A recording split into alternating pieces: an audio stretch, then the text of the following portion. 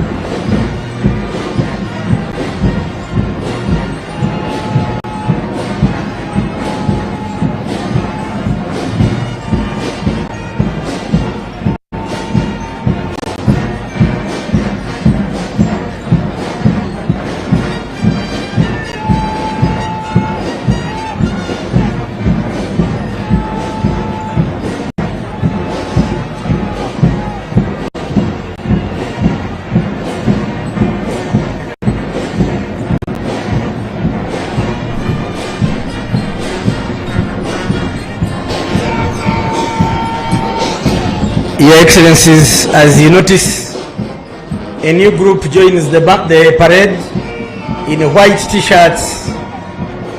That's the UPDF circle. There was Wazalendo circle, the biggest circle in the country and the richest circle.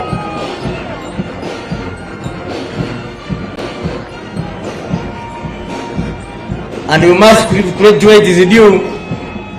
We learned from our neighboring brothers in the Republic of Kenya.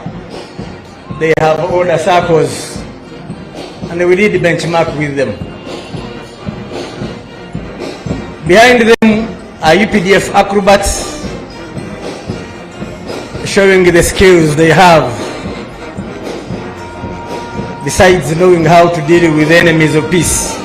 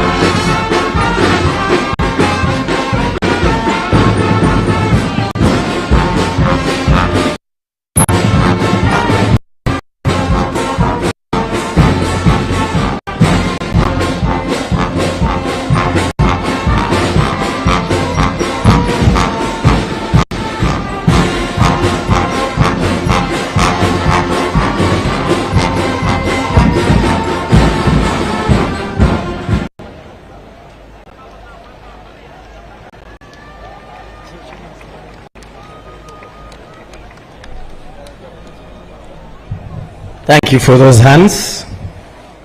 We appreciate them.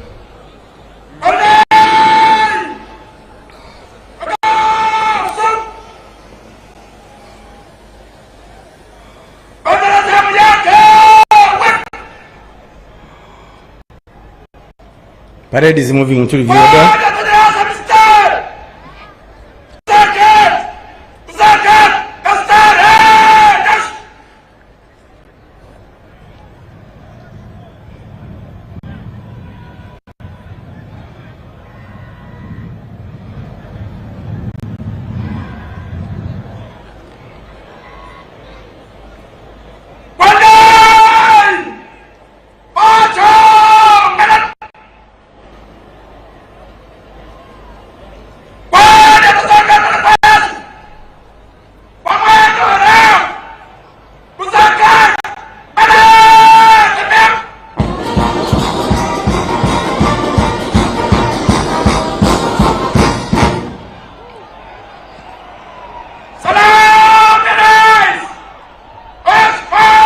Shall we all stand?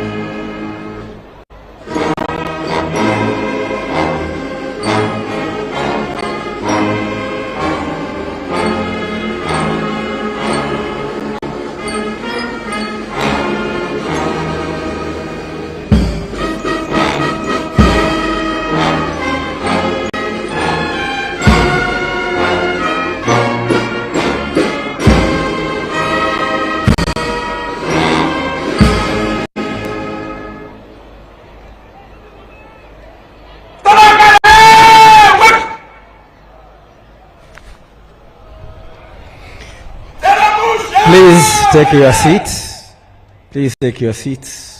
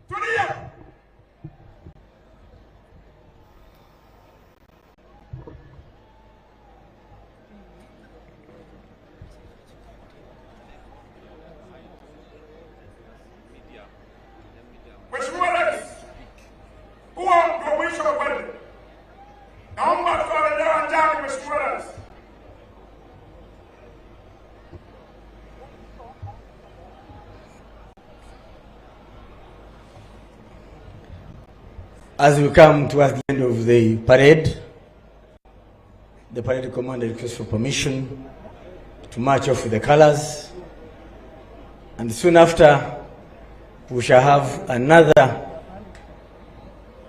event, this time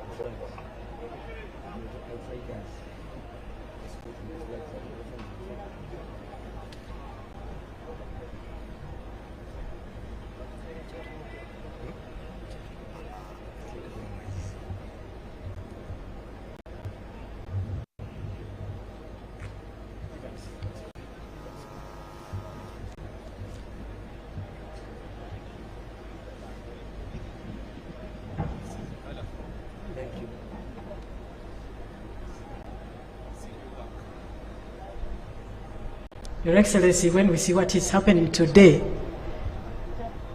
and then we think about the theme of Independence Day, a recommitment to secure and fortify our destiny. This is a real demonstration of fortifying what we have as a country. Maybe the people have not yet seen how we protect our colors. This is it.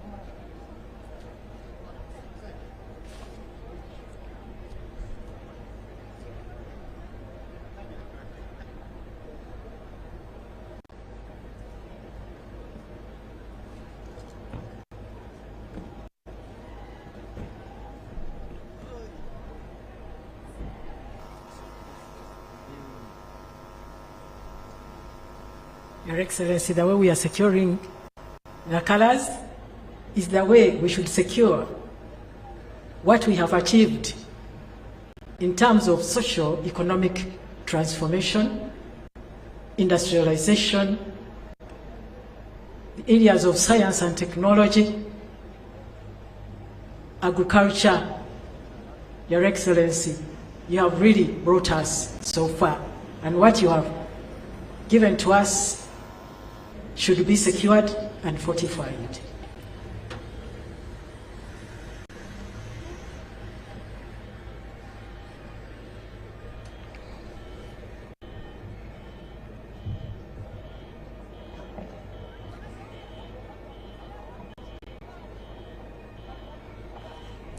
Parade commander is about to hand over to his second in command.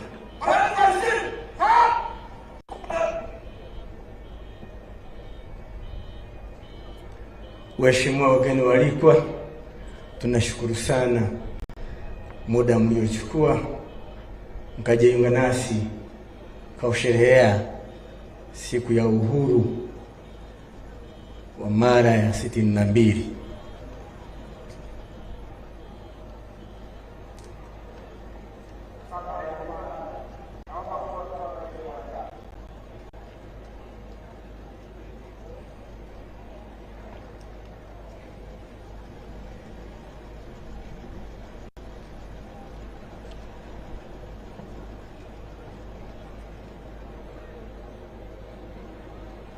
A round of applause for the parade commander as he completes his duty today.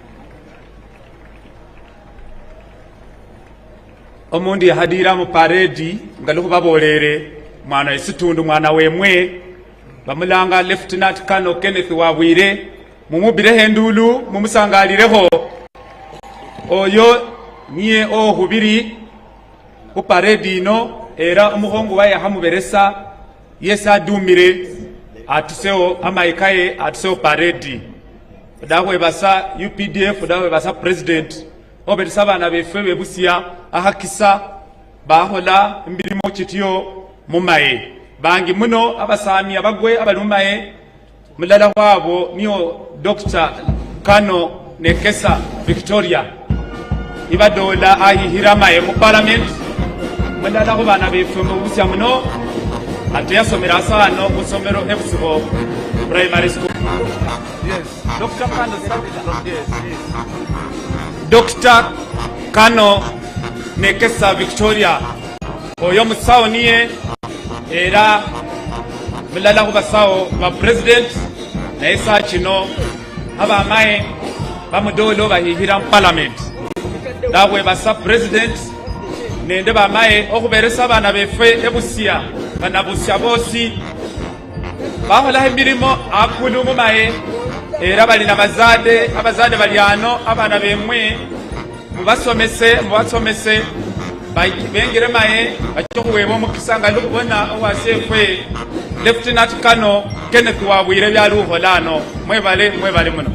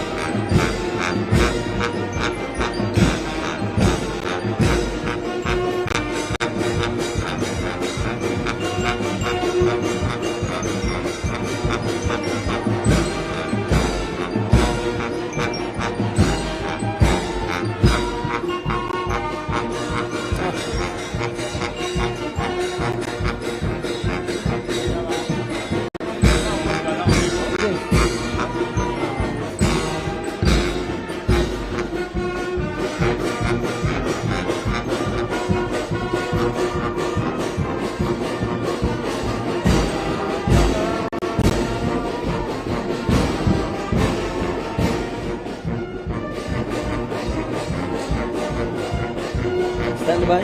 Stand by.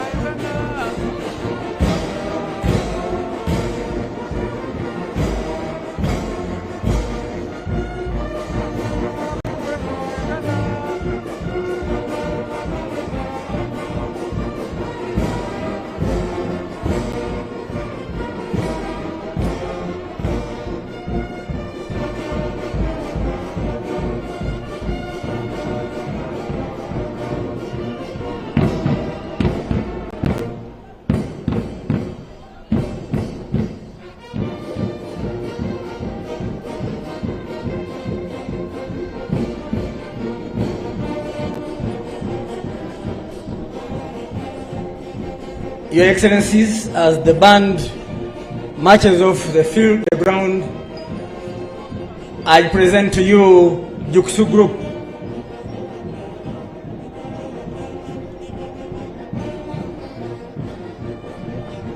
Combat martial arts, please get ready. Combat martial arts. The combat martial arts.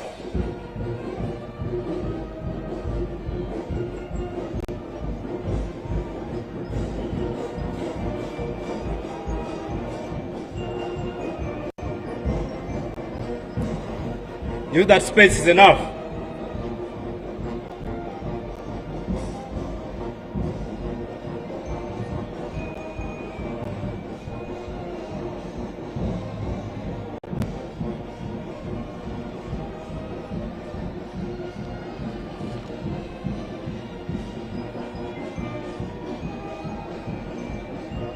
Your Excellency, sir, I'm Lieutenant Alex Lachame, the team leader of Kyokshul Combat Martial Arts SFC, and we are happy to present to you the Combat Martial Arts today on our Independence Day.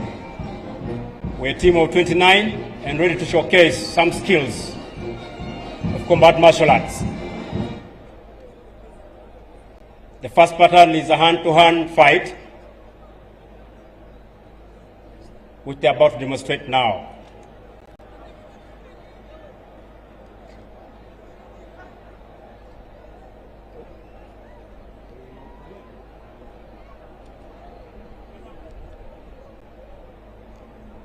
Yes, you can begin. Combat martial arts, go ahead.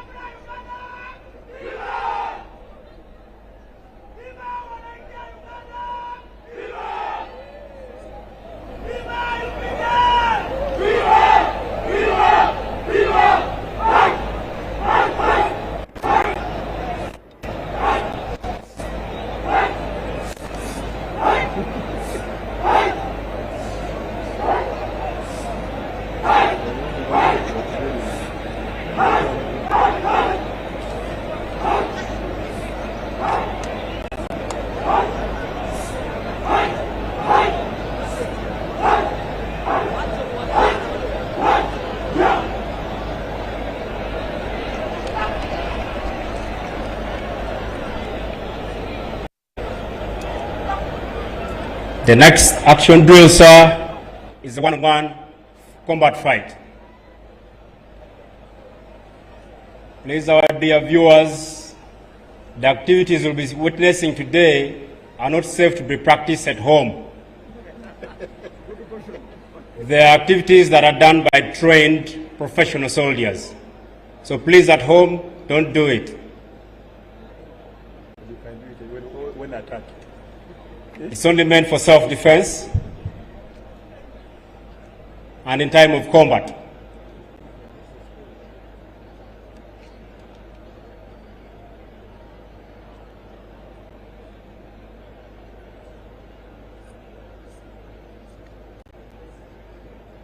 That's a one-to-one combat fight.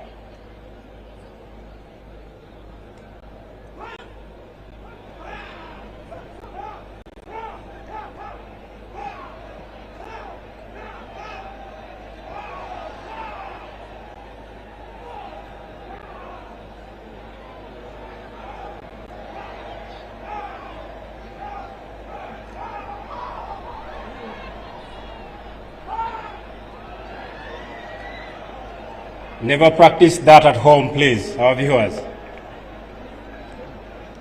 The next action drill is the hand-knife fight. It is a drill that helps a soldier fight with a bayonet or a hand knife.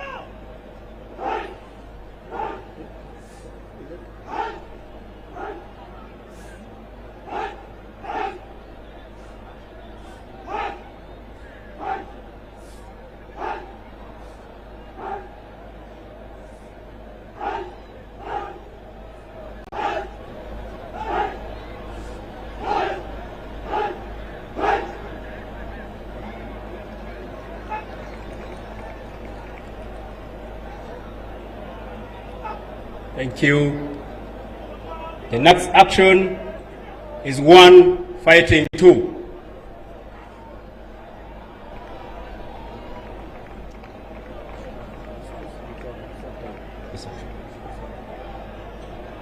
Combat marshals, please work on time.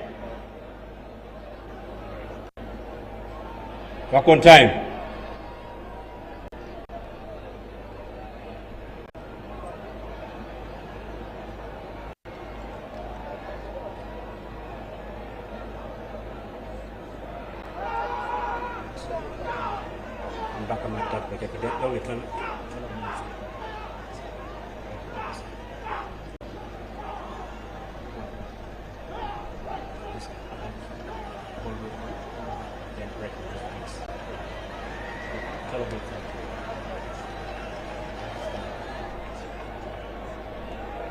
The next action is a cold weapon combination. This helps a soldier to fight with only his weapon when he chooses not to release any bullet.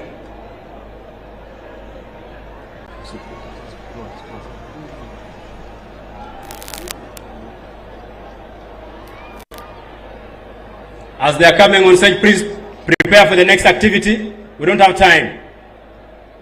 Prepare for the next activities, the nails.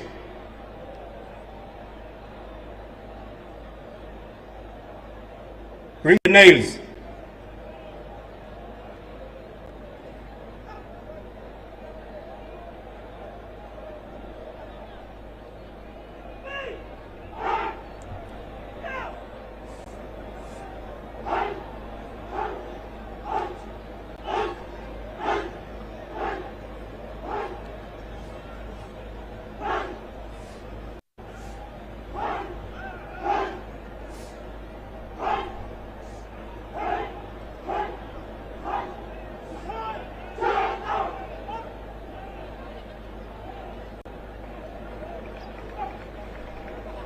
The next action is 3 fighting 1.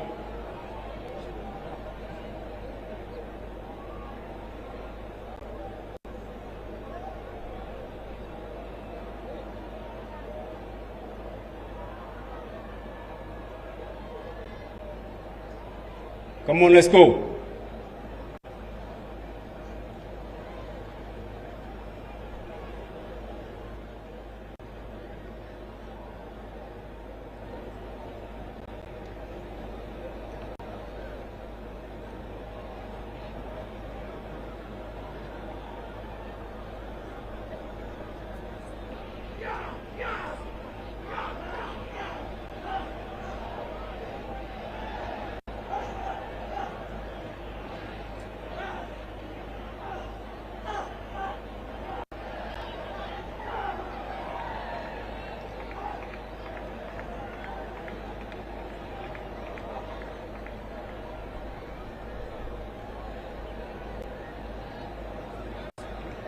Yeah, they're the bricks.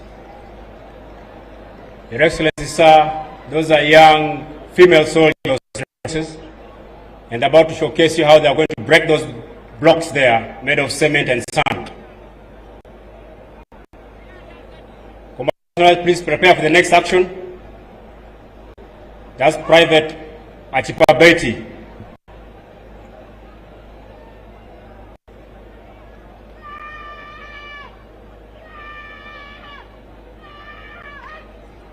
That's it.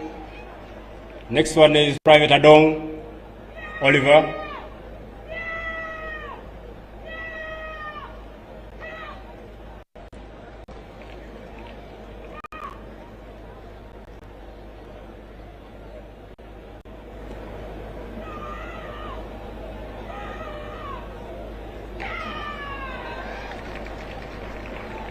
Thank you.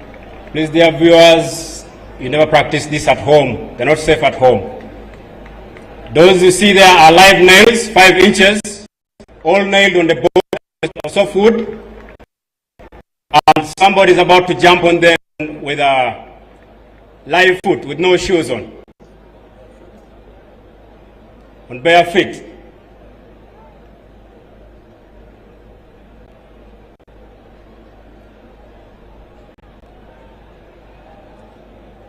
Dear viewers, never practice that at home. It is done by a trained professional.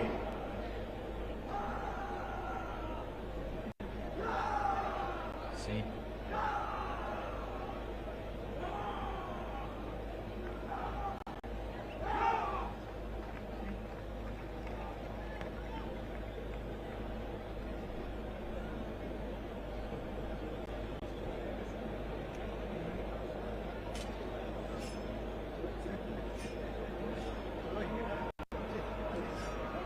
That one is coming to slip on the nail with that bare skin.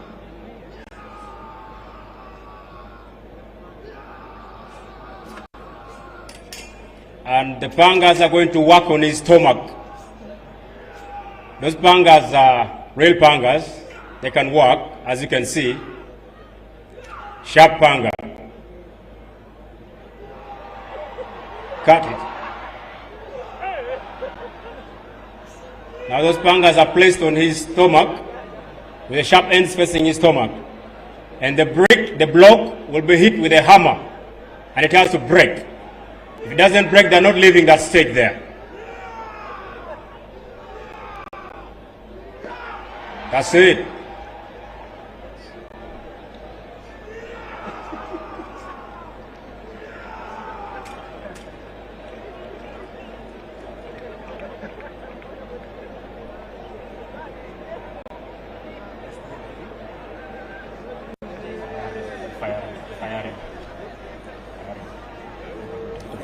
Yes. Work on time.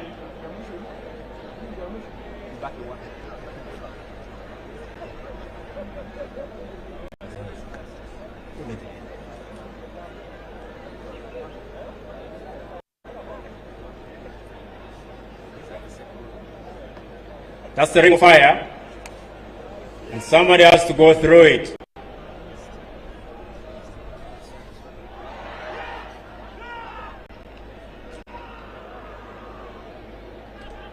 They're all going through it.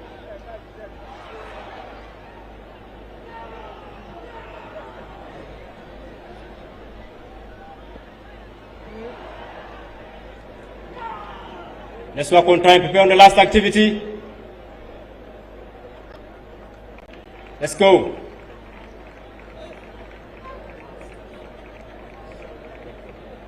Your Excellency, sir, this last activity is to pay maximum respect to the President of the Republic of Uganda, and those blocks in the hands of those young soldiers are not going to be hit anywhere but on their head, and they have to break.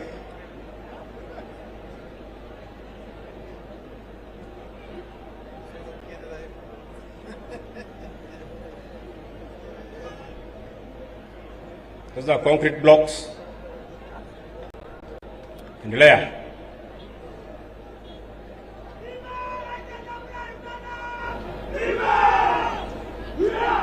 On the head, go. I see. That's the end of the combat martial arts demonstration, sir. We should carry on, sir.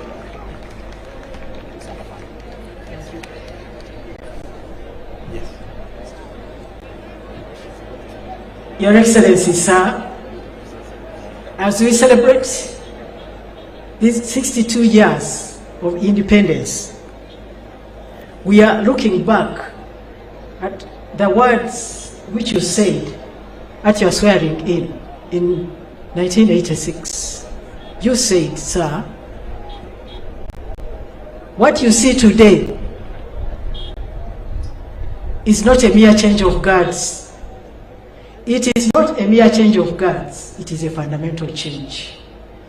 Your Excellency, from that time, we saw that it was like an ignition key to the social, economic transformation of this nation, and we have run very fast.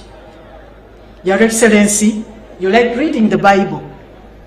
I can compare you with Nehemiah. Nehemiah had to rebuild the walls of Jerusalem. They had been destroyed.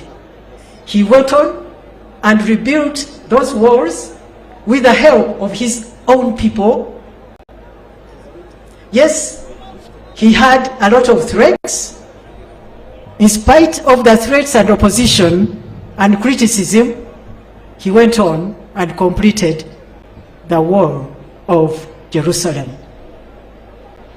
And at the same time, he transformed all the systems which had gone bad. These are the words he said at the end.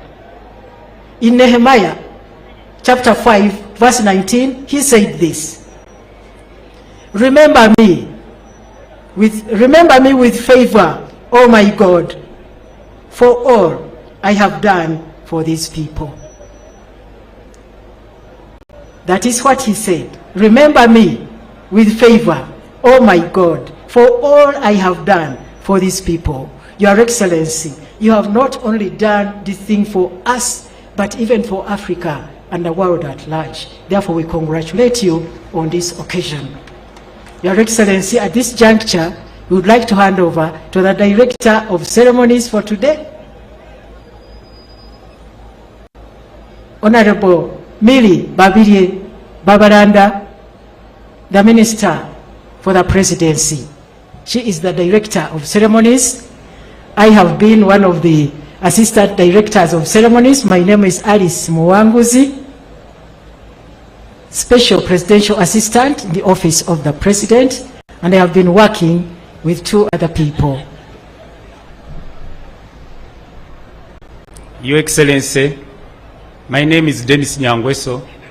I am the Member of Parliament for Samia Central, the constituency which is hosting you today. I thank you for coming. On behalf of the people of Samia Central and Busha District, we welcome you, Your Excellency the President. Sir, I have been Brigadier General Felix Kulaije, the Director, Defense Public Information. Thank you all for joining us on this great day.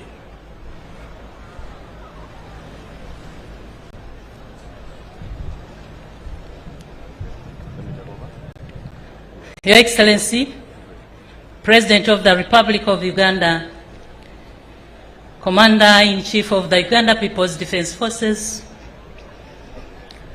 National Chairman of the mighty party NRM, our Chief Patriot,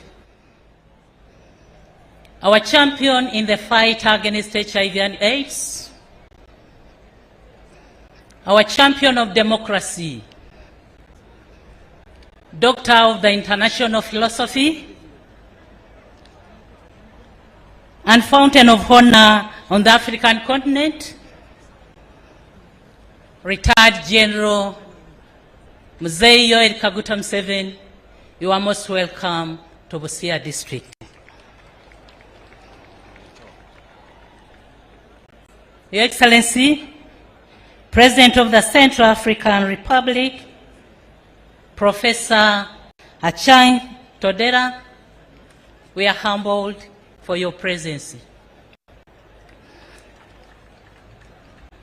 Her Excellency, the Vice President of the Republic of Uganda and Woman Member of Parliament, Katakwi District, Retired Major Jessica Alupo Rosette Pale, you're most welcome. His Lordship, Alphonse Owiny Doro Chagamoy, the Chief Justice of the Republic of Uganda,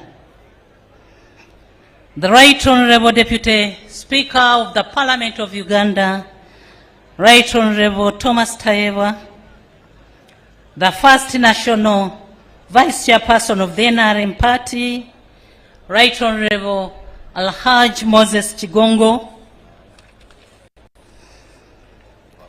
the Right Honorable Prime Minister of the Republic of Uganda and Leader of Government Business in Parliament and Woman Member of Parliament, Kakumiro District, Right Honorable Robina Nabanja, the First Deputy Prime Minister of the Republic of Uganda and Minister of the East African Community Affairs, and Second National Vice Chairperson of the NRM Party, and Woman Member of Parliament, Kamali District, Right Honorable Rebecca Litwala Kadaga, the third Deputy Prime Minister and Minister without portfolio and woman Member of Parliament, Mayuge District, Right Honorable Kea Isanga Nakadama,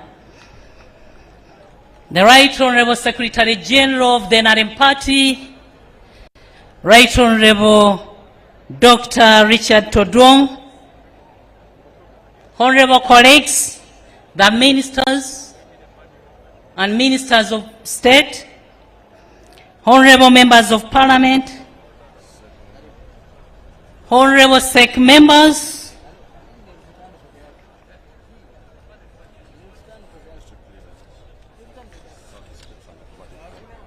led by you, Your Excellency, as our chairperson of the National NRM Party,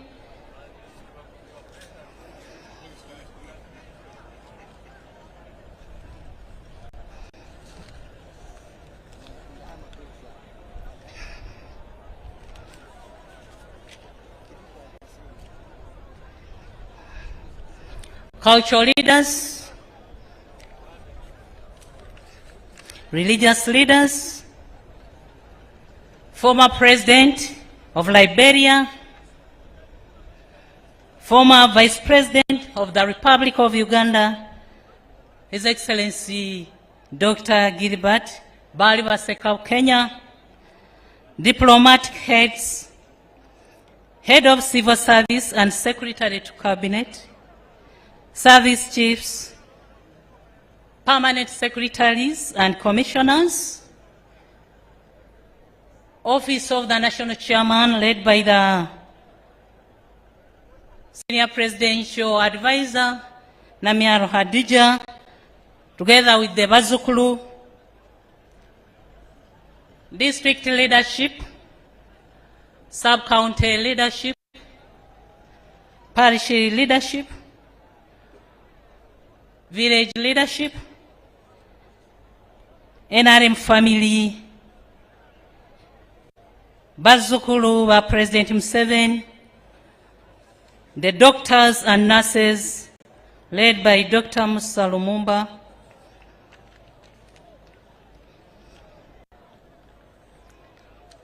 ladies and gentlemen, God is good, and all that time, Happy Independence Day celebrations to Ugandans. Your Excellency, allow me on behalf of the National Organizing Committee to welcome you and all our guests to CO Teachers Demonstration Primary School grounds here in Masafu Town Council, Busia District. You are all welcome to this year's Independence Day celebrations. Abandu bebusia mulio, mwebala okuwagira President Museveni, mwebala okuwagira NRM. Your Excellency, sir, Uganda is marking 62 years of self-rule, and this year's celebrations are coming after exactly 124 years since the signing of the 1900 Buganda Agreement, which is considered the turning point of entrenching colonialism and colonial rule in Uganda. This agreement introduced the mentality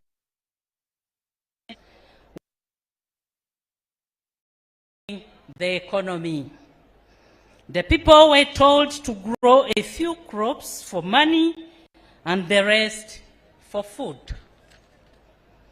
After 124 years, the people are still locked up in the mentality of working mainly for the stomach and not for the commercial value of their products.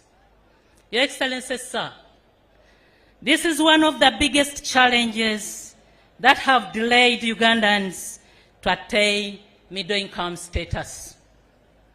However, I commend the NRM leadership for promoting commercial agriculture and enabling every Ugandan to enter the money economy.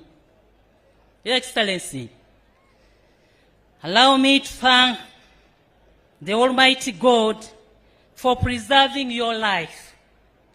Last month, on September 15th of 2024, I was one of the Ugandan who witnessed the celebrations marking your 80th birthday. We cannot take this celebration for granted. God has given chance to many persons to prove themselves, but they have not ably utilized their chances to transform their communities in order to leave a lasting legacy.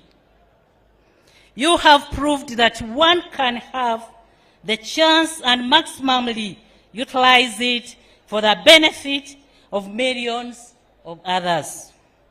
Your Excellency, sir, for God to keep you alive and for you to remain our democratically elected president, you still have a work to do to transform our country.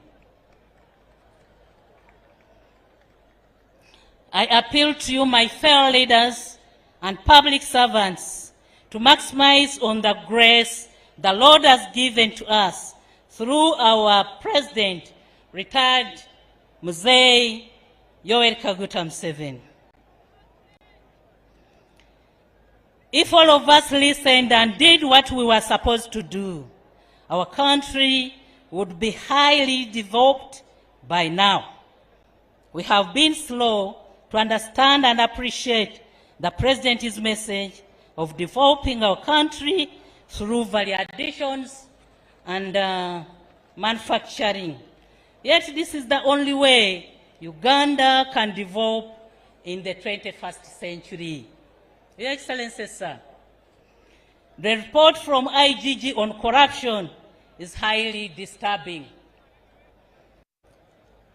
Yet it is politicians and civil servants and not the wananchi that are implicated. Your Excellency, sir,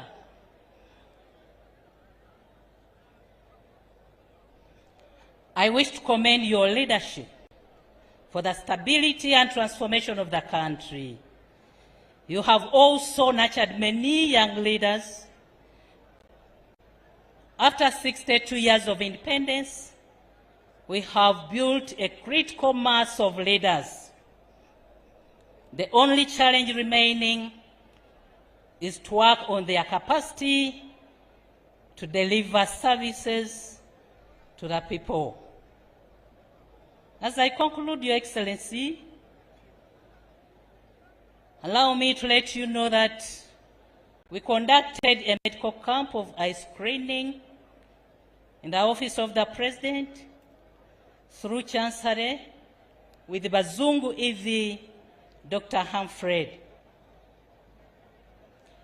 Number of people screened were 1,005.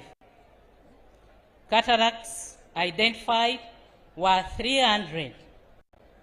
Other surgeries were 105. Reading glasses issued were 700 pieces. Thank you, Dr. Humphrey.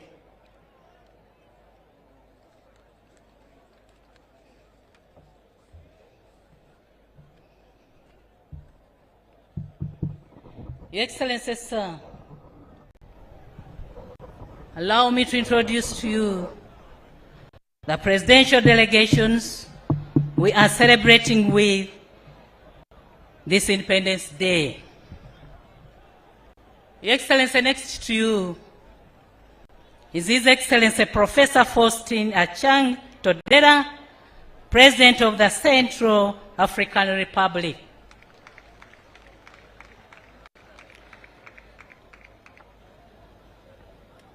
Honorable Obed Namsio, Minister of State, Director at Presidency of the Republic. Honorable Albert Yaloke Mokpen, Minister Delegate of Communications, Advisor to the Presidency of the Republic.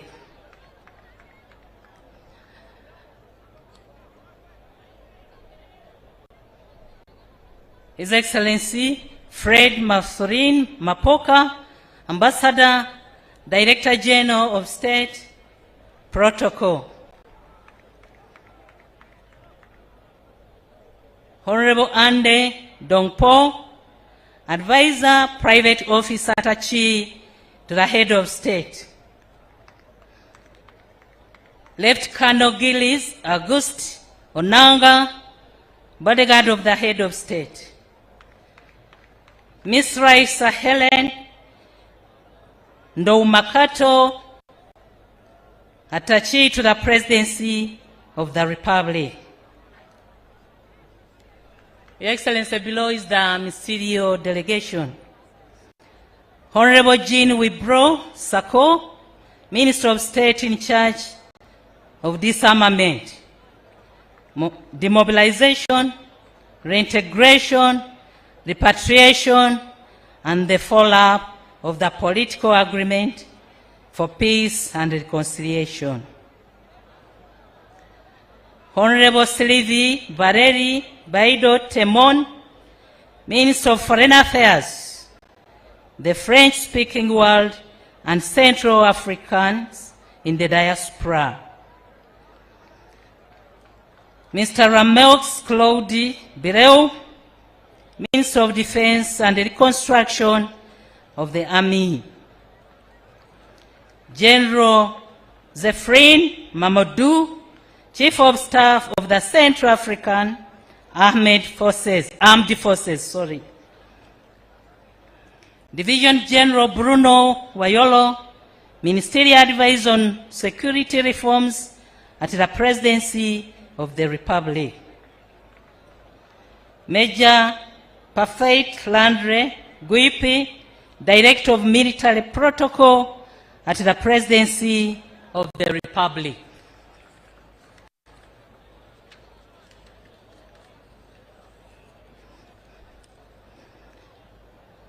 Mr. Clark Malthus Urich Sebirot, Aide de Camp to the Minister of National Defense. Honorable Hippolyte Mabo, Director at the Presidency of the Republic.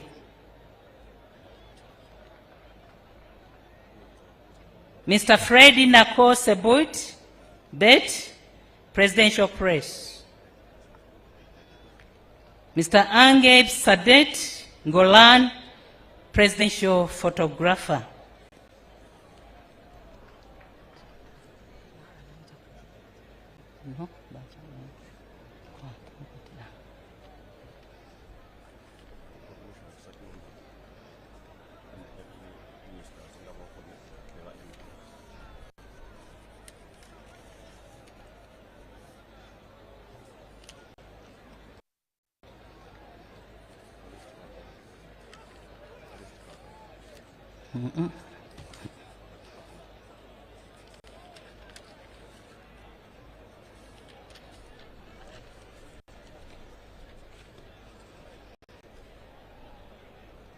Your Excellency, as I conclude, allow me to let you know that my first posting in government service was here in Busia District as Deputy RDC. Thank you, Sir, Your Excellency, for mentoring me, together with the people of Busia. I am back here now as Minister in charge of Presidency. Thank you for the work well done.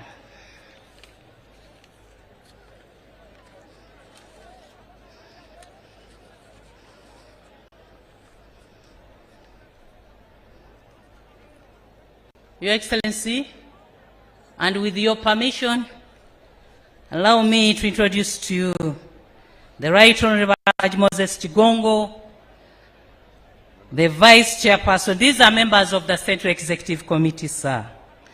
The Vice Chairperson of the NRM Party, Haji Moses Chigongo, is here with us, Your Excellency. the second National Vice Chairperson of the NRM Party, Right Honorable Rebecca Alitwala Kadaga, Your Excellency, is here with us. The Right Honorable Dr. Richard Todrong, the National Secretary General of the Might Party NRM, Your Excellency, is here also. Honorable Ambassador Nekesa Barbara Oundo, the National Treasurer of the NRM Party, Your Excellency, she's here with us also.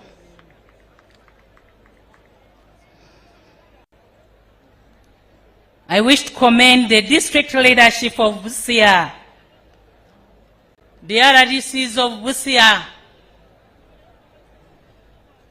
Honorable Molimba, who wrote to us requesting for this day to be celebrated here. Honorable Babula Nekesa Oundo, and all leaders of Busia district, and all the people of Busia district for working together to have this colorful event. I thank the Presidential Press Unit and the Media Center for ensuring that this event is relayed live on television and radio. I thank the members of the National Organizing Committee, led by Haj Yunus Kakande, for the excellent coordination. Lastly, Your Excellency, I wish to thank the UPDF for the wonderful innovation of transforming the parade from the traditional style to the impressive demonstration we have witnessed today. I thank you all.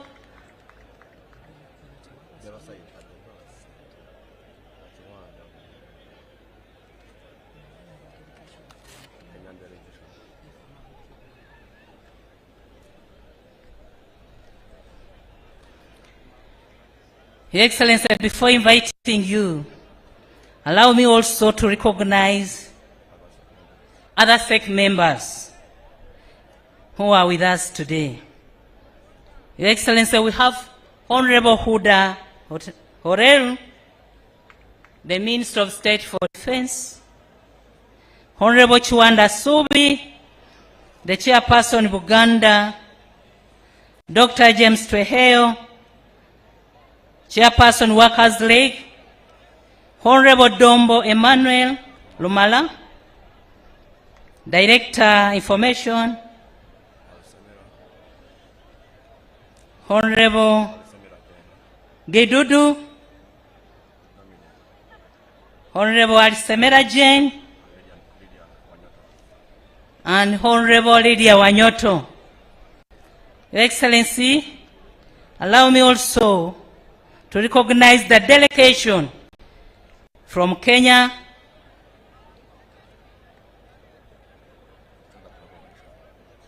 can you please stand up for recognition?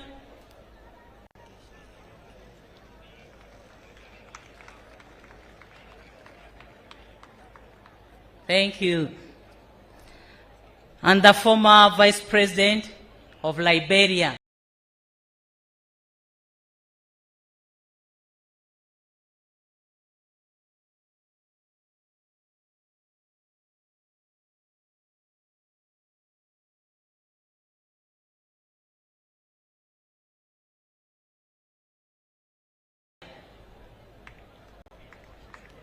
Your Excellency,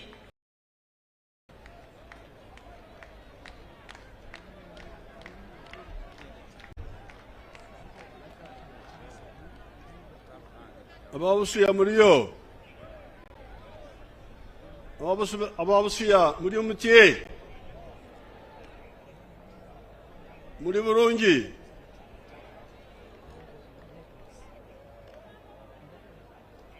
Is this clear enough?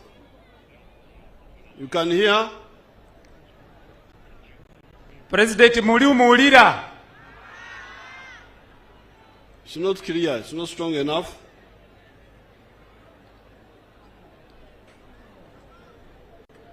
His Excellency Professor Touadera, President of the Central African Republic, Her Excellency the Vice President of Uganda, and all the other state and party leaders, the cultural leaders,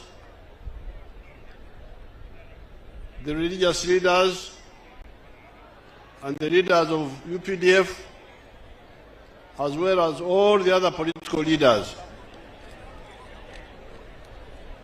I will speak in English, but somebody should translate later, summary, not the whole speech. President achohulomalomo lusungu lufwanyuma kuicha obafaluliramu President byalaba nalomalome naye namalihulomaloma. This is because simultaneous translation will take a long time. Hulohuba nanaba nalomaloma nihaninga lusamu bichohuyire bihabingi muno. But before I speak, I want to invite our guest, His Excellency President Touadera, to come and address you. President Nato alomaloma yahalanga President umkeni wae President wa Central African Republic yecha alomaloma hoyimuri.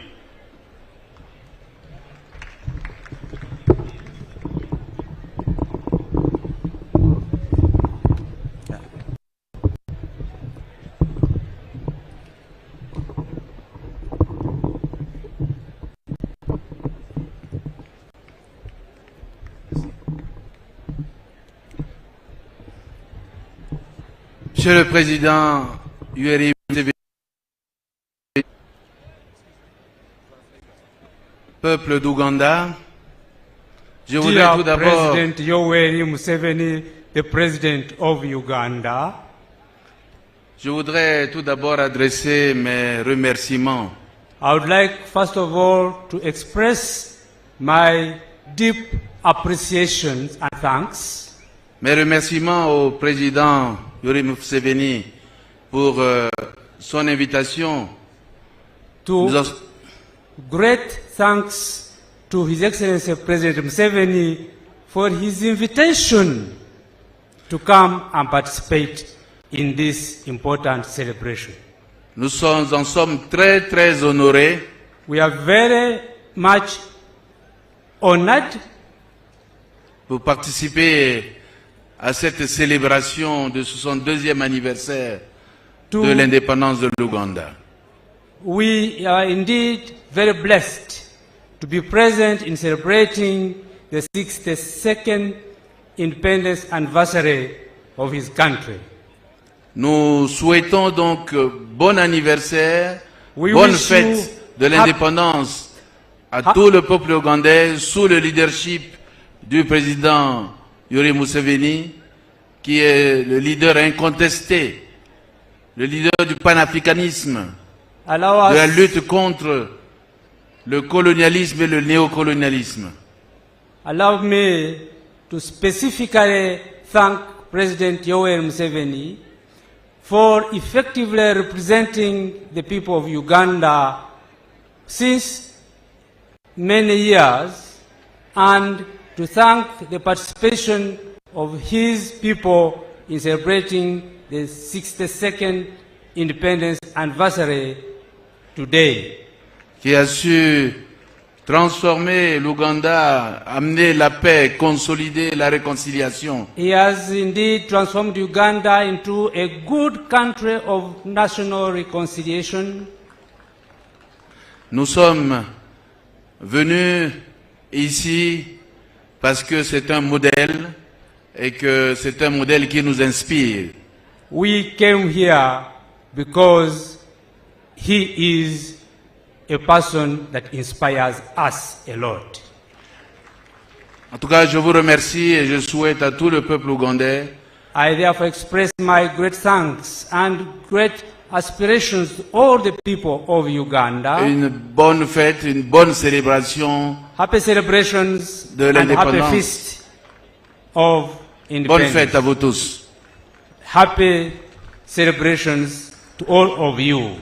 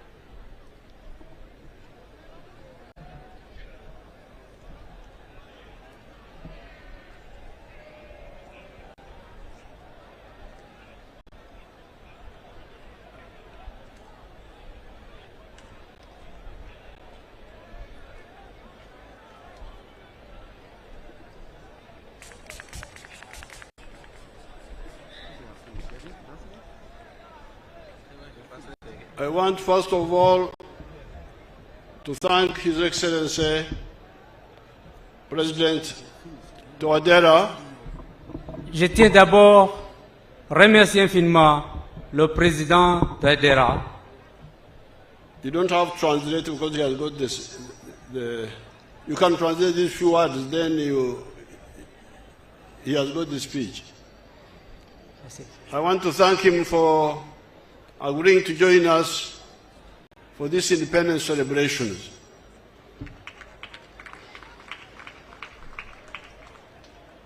Yesterday, we had a long discussion in Entebbe, and Central Africa will become a very good trading partner with East Africa.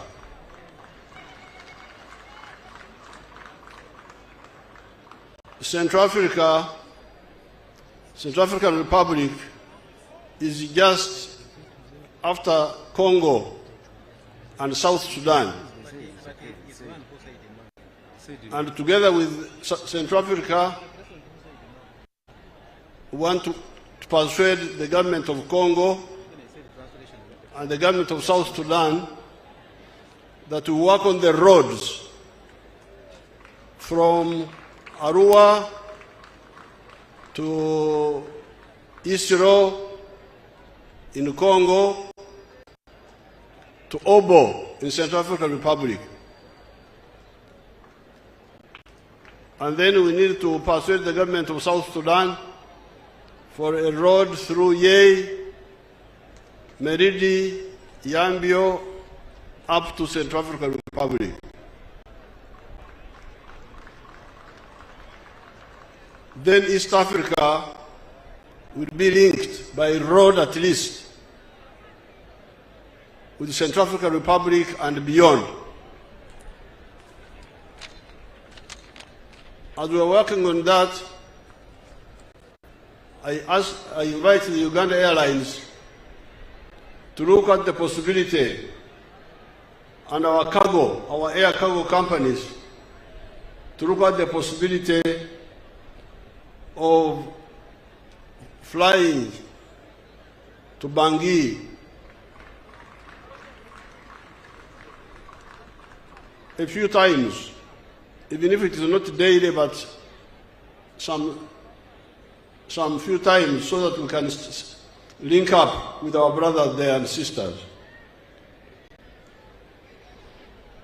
Secondly, I want to congratulate General Moses Kainerugaba, the new CDF, for rationalizing the parade.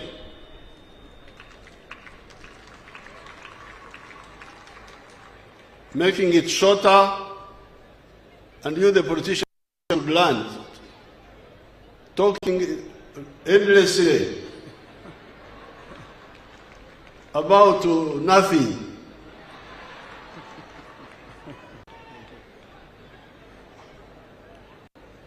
I want to congratulate the army. Instead of the parade staying there the whole day standing, now they have done their work and they have gone.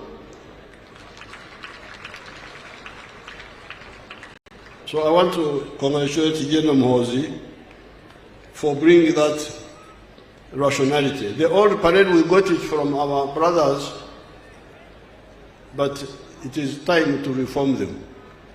I congratulate them. Muriye mutiye. Muriye mutiye. Habari. Nyinyi wa Wasamia na wa Kenya na wasalimia. Salamu kwa wote. Mwebale muno. I congratulate all Ugandans on this 62nd anniversary of Uganda's independence.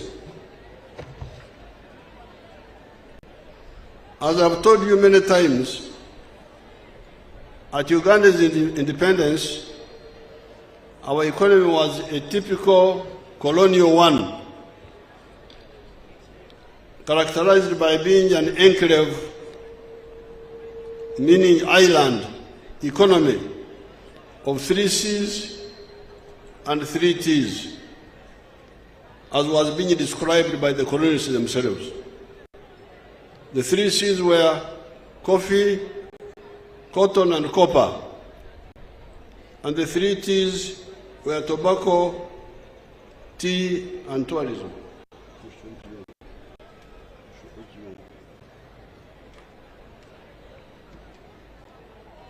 These formed a small island of modernity and money economy, surrounded by a sea of no money, subsistence economic activities, underdevelopment, and poverty. By 1962, only 9% of the homesteads were in the money economy, which means that a whole 91% were outside the money economy. Being outside the money economy meant poor housing, no education for the children, no clean water, poor nutrition, poor health, and poverty. On account of the wrong ideology of the politics of identity, tribes, religion, and gender chauvinism, the country was divided and unstable. This instability caused the constitutional crisis of 1966 and the Idi Amin coup of 1971. When the ignorant Idi Amin came into government, he expelled one element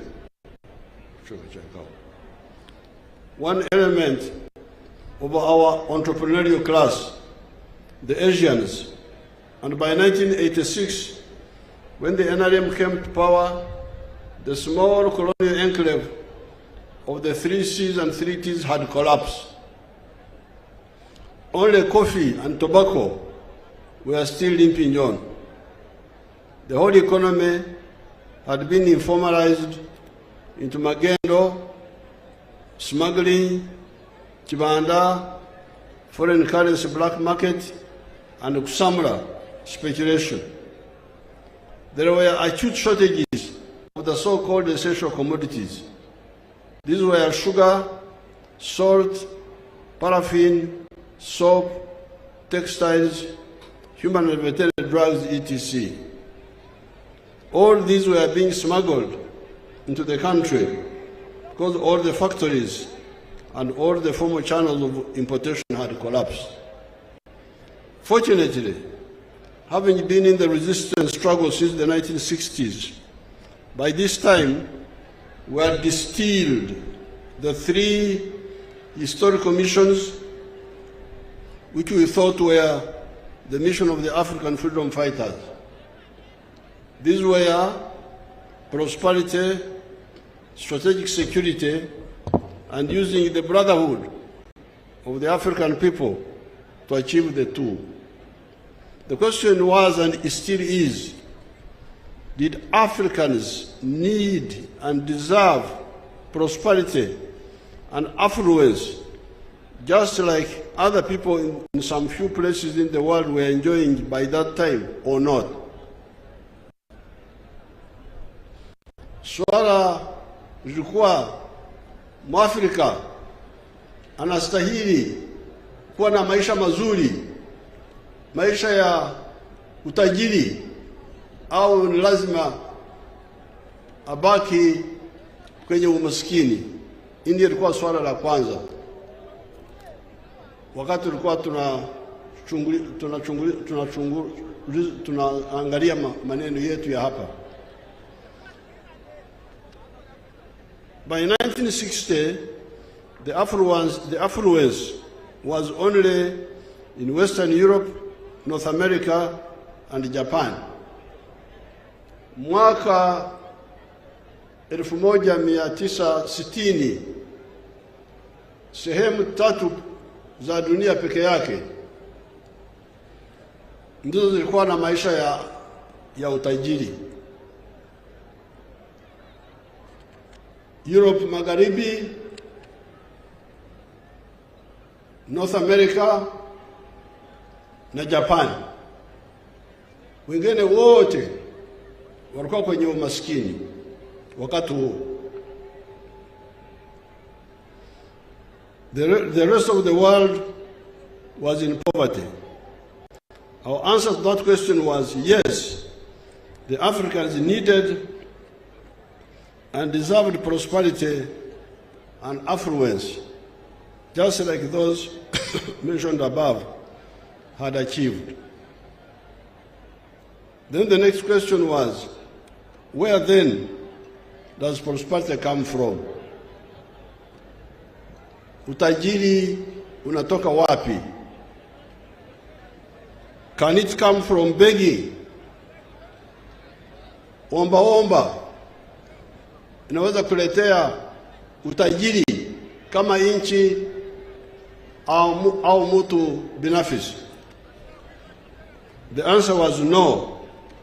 Prosperity and affluence can only come from producing a good or a service with a chibaro, ensuring maximum returns, and selling those items sustainably. Jibu letu lilikuwa kwamba utajiri unatokana na kila mtu mzima kushiriki kwenye kuzalisha bidhaa au huduma na kuuza hizo bidhaa na watu kulipa kwa huduma yako ambayo umewatolea.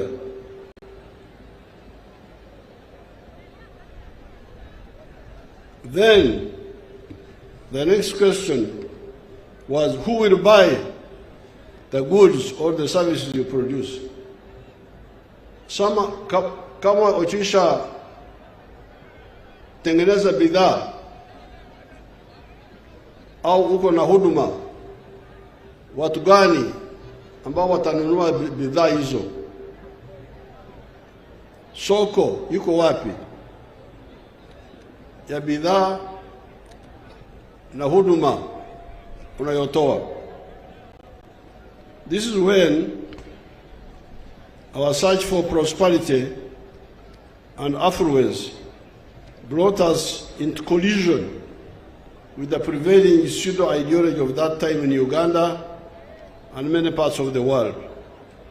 This was the ideology and the politics of highlighting the importance of identity of tribes, religion, and gender chauvinism.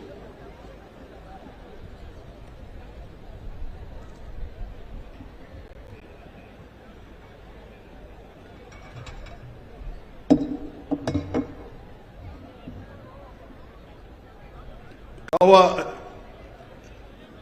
inanisaidia kwa throat.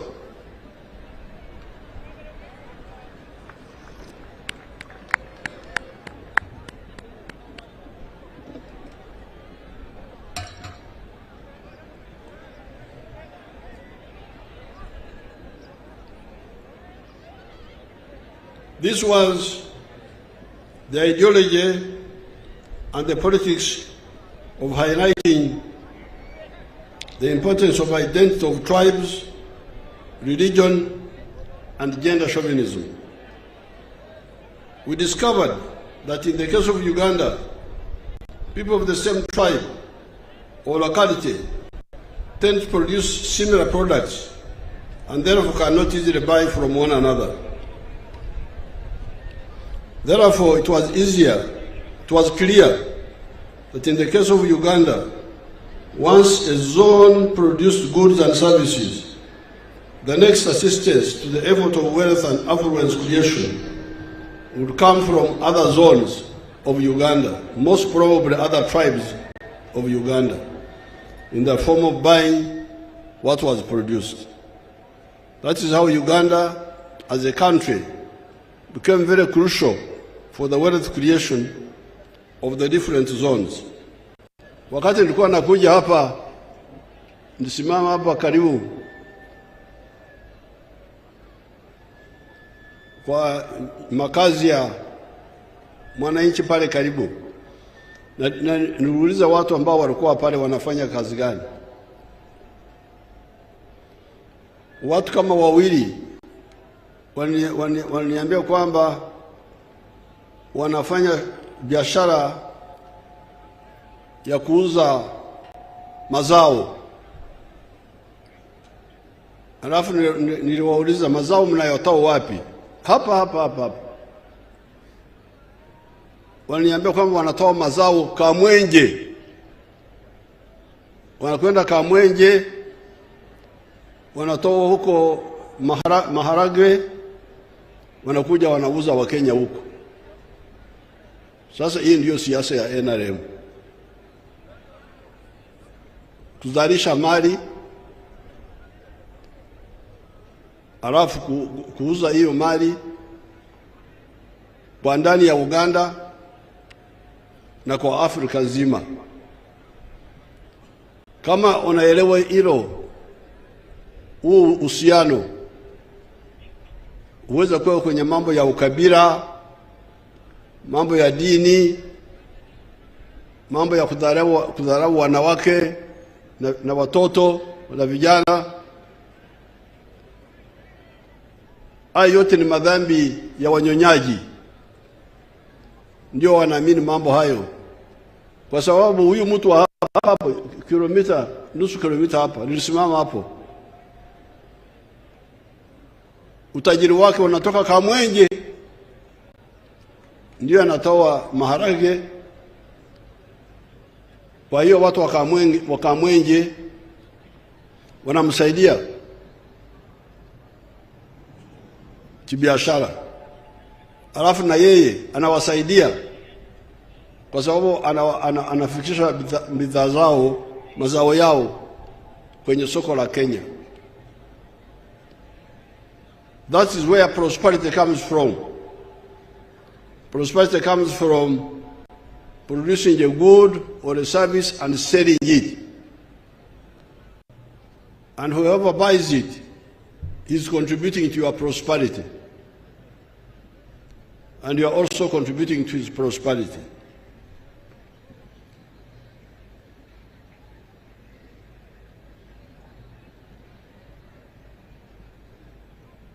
We discovered that in the case of Uganda, people of the same tribe or locality tend to produce similar products and therefore cannot easily buy from one another.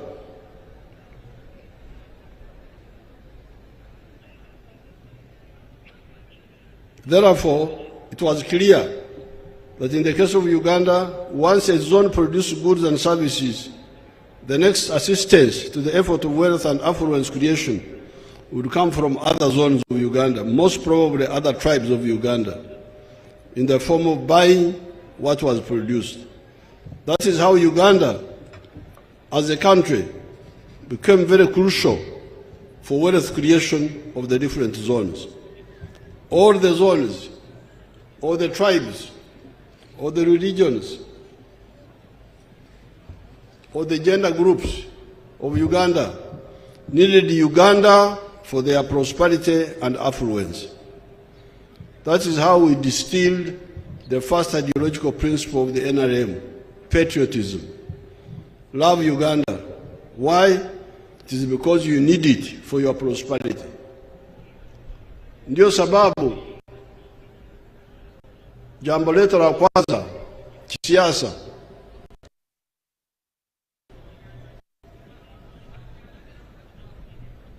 ni jambo la uzalendo. Lazima upende Uganda kuliko kuangalia makabila na madini na grupu zingine. Sababu gani? Kwa sababu utajiri wako unasaidiwa zaidi na Uganda kuliko kila kabila likijitenga peke yake. However, soon we discovered that even Uganda was not enough. We needed East Africa, and we needed Africa for a bigger market. That's our second principle of Pan-Africanism. Love Africa. Why? It is because you need it for your prosperity. Soko la ndani ya Uganda halitoshi. Soko la Kenya halitoshi wazalishaji mali wa Kenya. Tangu mwaka 64 mfuko wangu, wakati bado niko mtoto wa shule, ulikuwa unasaidia wa Kenya kwa kununua bidhaa kutoka Kenya. Kule kwetu mbali Mbarara walikuwa wanaleta maziwa kwenye karatasi zenye chapa ya KCC, Kenya Cooperative Creameries, or something like that. Kwa hiyo kule Mkenya alikuwa anafaidika kwa mfuko wangu. Mimi nikinunua maziwa ya kutoka Kenya, Mkenya anamsaidia, anapata pesa, na Mkenya mwingine anapata ajira, kazi. Ndio sababu unasikia kwamba msingi wa kwanza wa NRM uzalendo, penda Uganda. Sababu gani? Kwa sababu Uganda ndio itakusaidia kwenye shughuli zako za kufanya biashara. Lakini vile vile Uganda haitoshi, lazima upende Afrika. Kwa kizungu tunasema Pan-Africanism. We needed East Africa, and we needed Africa for a bigger market. Hence our second principle of Pan-Africanism. Love Africa. Why? It is because you need it for your prosperity. We then realized that you cannot produce modern goods and services if you do not promote socio-economic transformation from the capitalist modes of social organizations. Hence our third ideological principle of socio-economic transformation.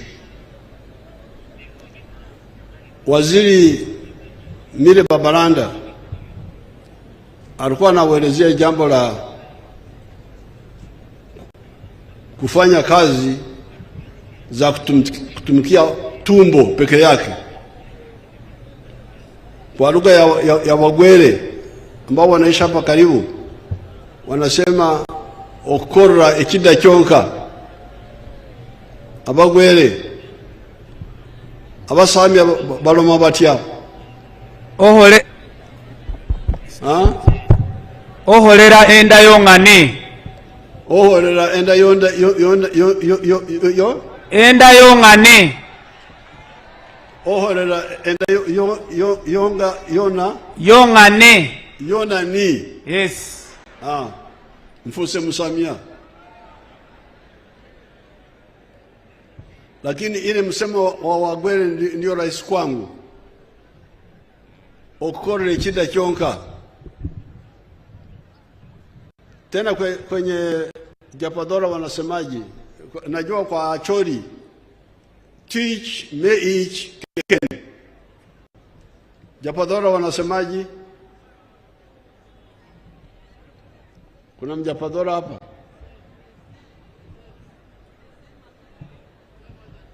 Where is my talkative girl? Opendi.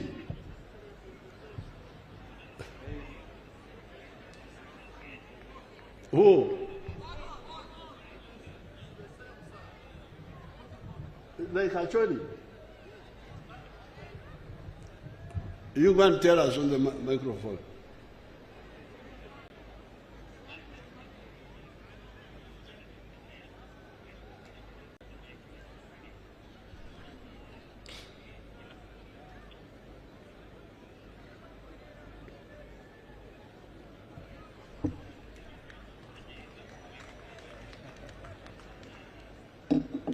Good for his exercise.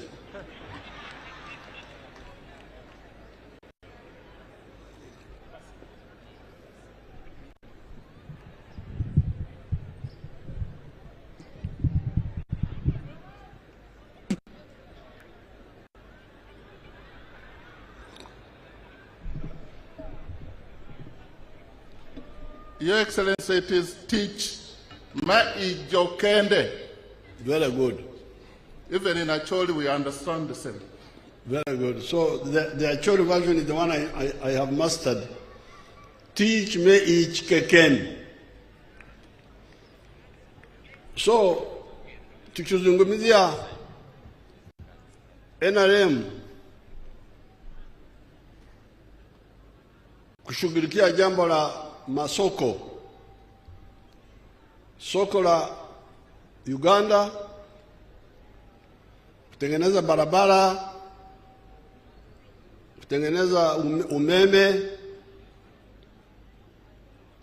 kuleta amani, tuweze kuwa na shwari kwa nchi yote. Bila wewe kugeusha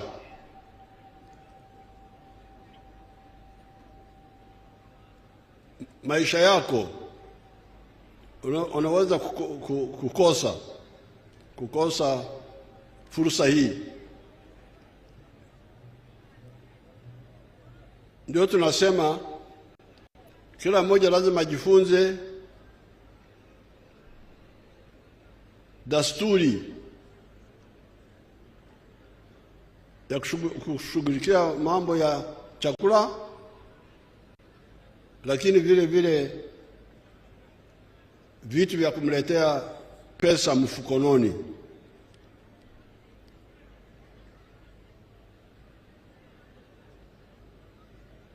Na wamesikia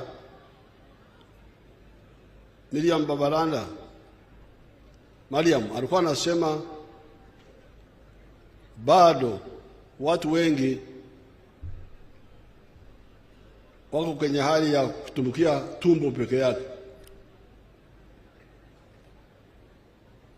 na baadaye nitakuja kujigusia.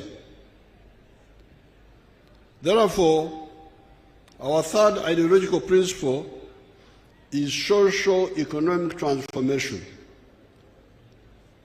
Lazima mugeushe maisha yenu, mtoke kwenye hali ya kutumikia tumbo peke yake, mwe kwenye hali ya kutumikia tumbo na kitu cha kuweka mfukoni. The final ideological principle we distilled was democracy, so that the people are able to hold their leaders accountable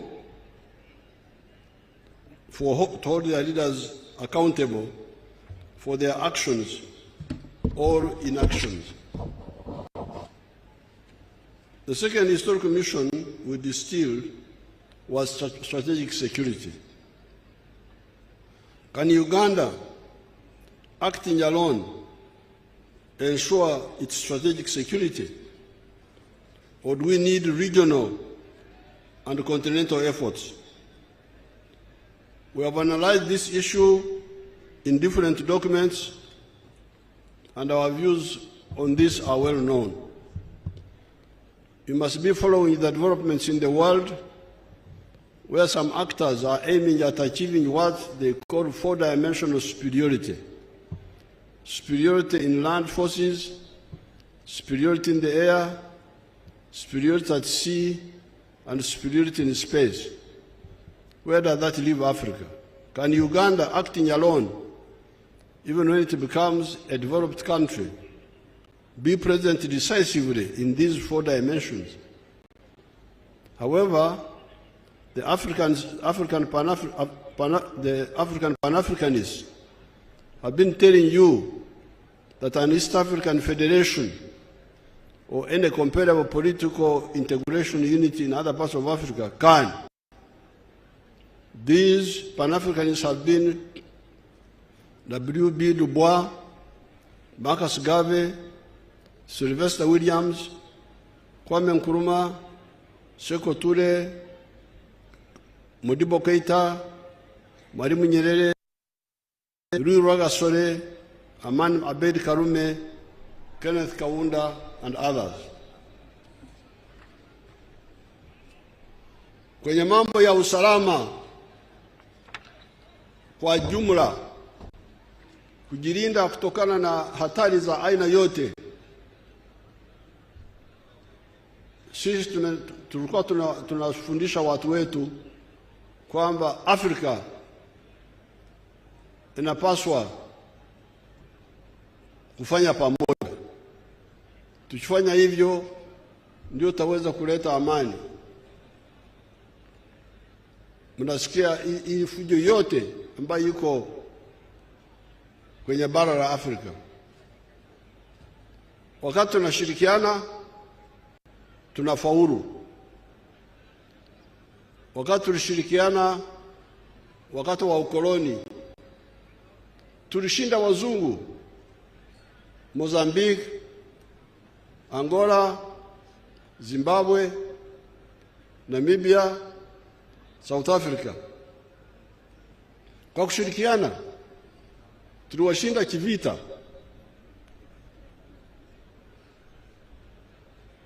Kwa hiyo matatizo mnavyosikia Afrika ambayo bado yapo ni kwa sababu kosa moja ni kwa kutashirikiana. Ndio nimefurahi kuona rais wa Central African Republic kuja hapa kusudi tuzungumzie mambo ya kushirikiana kwenye mambo ya aina mbalimbali ikiwemo usalama. The third historical mission that we distilled was the similarity and linkages among the now 1.5 billion people of Africa. You always hear stories of the parasites, of how Africans are divided among tribes that are always fighting one another, etc., etc. The NRM, being the force of wealth creators, right from the beginning, held in contempt these positions. In reality, the now 1.5 billion people of Africa belong to 4 linguistic groups. The Niger-Congo, those are the Bantu and the Kwa, the Nilo-Saharan, the Afro-Asiatic, and the Khoisan. Besides, you find linkages among these groups. Like I was amazed to find that the Somali word for cow is Sa. The Bantu dialects of this area call cow dung Sa, Obusa, Amasa, you know that very well. Yet the Somali language would be a part of the Nilo-Saharan, while the Bantu dialects belong to the Niger-Congo. Above all, our ancestors at the coast of East Africa developed for us the neutral, non-tribal Swahili language that can easily unite East and Central Africa, if not beyond. It is therefore feasible to use the similarities and linkages among the 1.5 billion Africans on the continent to achieve powerful economic and, in some cases, even political integration to ensure our prosperity and guarantee our strategic security. Hapo sisi watu wa NRM umuruganda bagamba nti tuzimula. Tunaona kama na aibu watu ambao hawaone uhusiano wakati wa Afrika na umoja wao. Hapa Uganda kuna Wasamia, Kenya kuna Wasamia. Kuna Waluo hapa Kenya, kuna Waluo wa kwetu, Wajapadora, Waacholi, Walangi. Wateso wako huko, Wateso wako Uganda, Bagisu na Baluya wengine. Kwa nini watu wa Afrika hawatumia umoja huo kushughulikia shida zao. Hii ndiyo line ya NRM, kutumia undugu kushughulikia mambo ya utajiri na mambo ya usalama.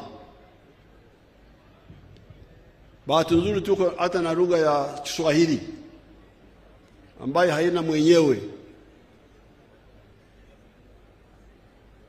It is not a tribal language.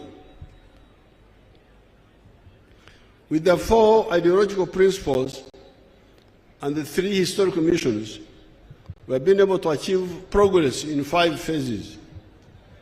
These phases were the minimum economic recovery to bring back the small colonial island of the 3 C's and the 3 T's.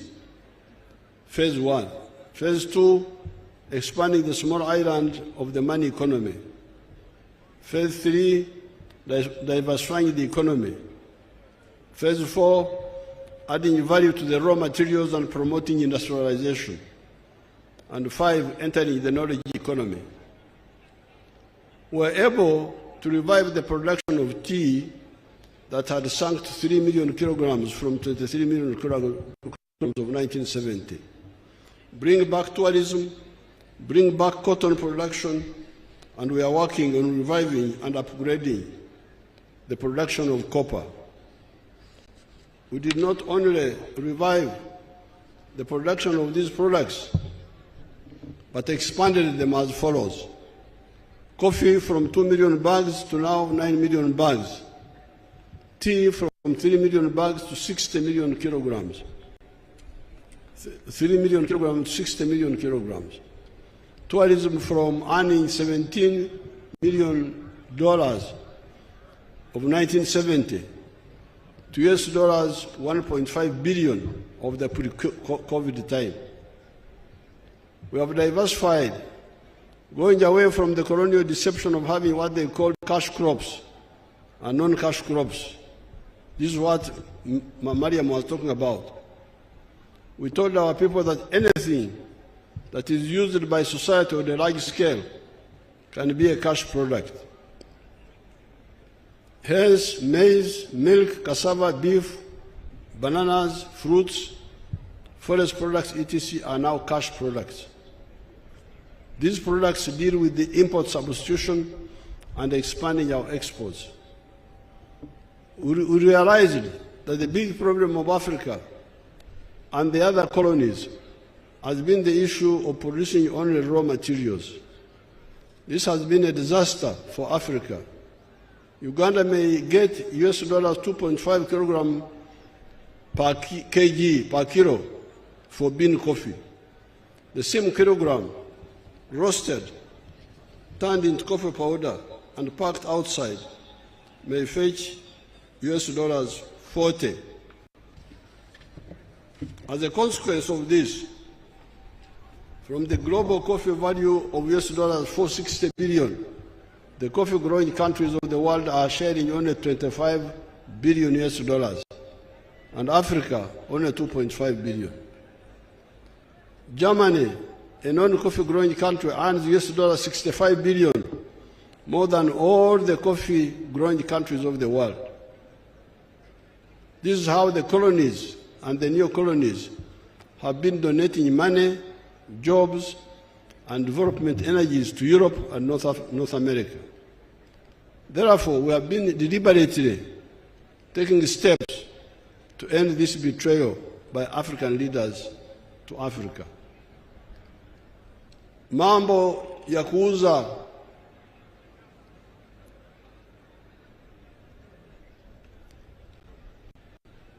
raw materials, ikigambo kyanakozesa eri mu Kampala ekifaanana nga kino kyali kya omuntu okutunda amabidde.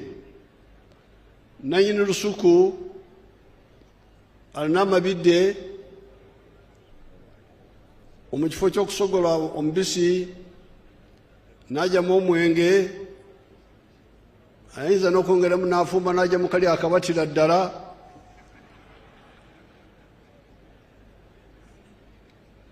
Mpulira nti mukaagala nnyo ako.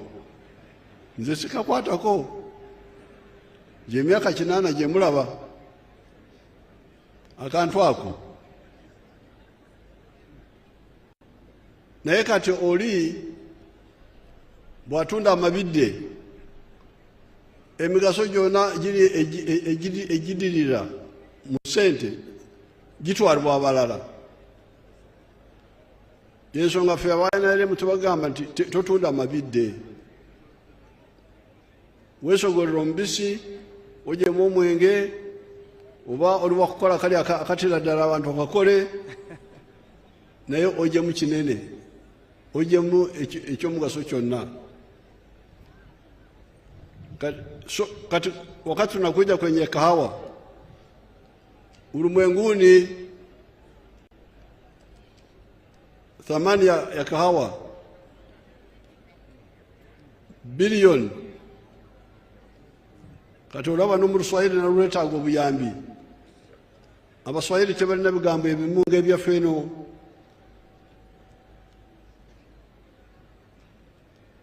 Kama sisi watu wa bara obu bilioni tugiita akawumbi. Kati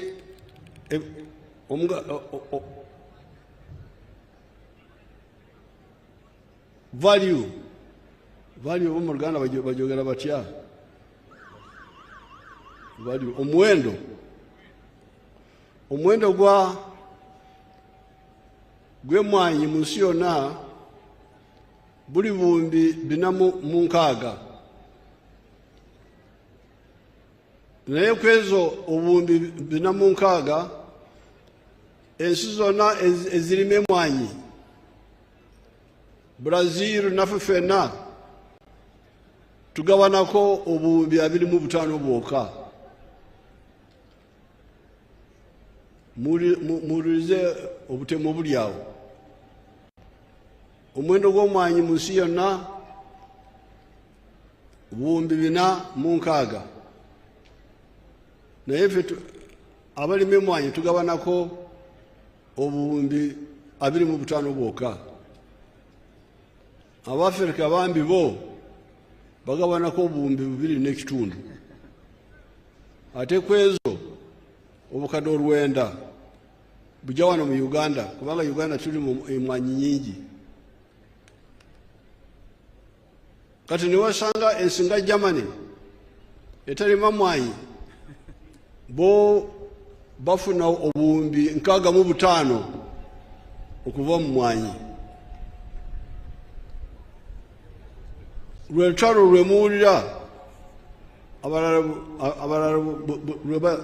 lwebajereka nti ffe abaana ba NRM tetusobola kukkiriza ekyo. Tulina okukalanga emmwanyi zaffe, tulina okuzisa, tulina okuziteeka mu bupapula ffe ffennyini. Bwe tukola ekyo mu kifo kya ekiro okutuweereza $2.5 oyinza kujja mu bilioni $25 oba okusingawo. Naye ate ebweriyo bo bayinza kujjamu $40.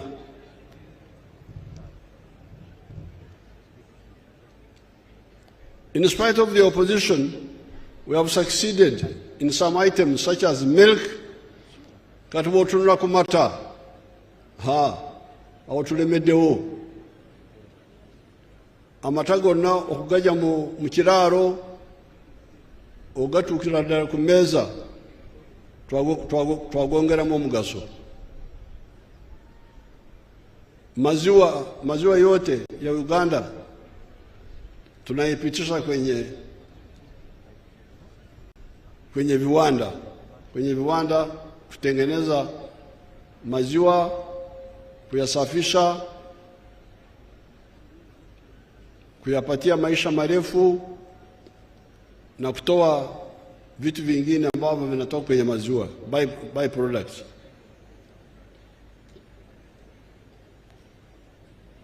Therefore, we have moved on the milk textiles, tin, cement, wood products, maize, gold, cassava, etc. We shall cover the entire spectrum of the raw materials. Our next target is coffee, copper, and iron ore. We are developing a complete vertically integrated program of these items. Finally, we have entered the knowledge economy of automobiles, vaccines, pharmaceuticals, computer assembling, and eventually manufacturing. Oba bakiza screen bagita batya mu Luganda.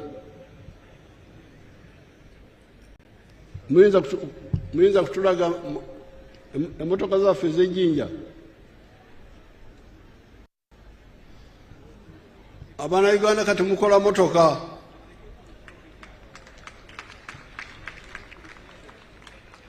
Ku Lutimbe segere ku emotoka zaffe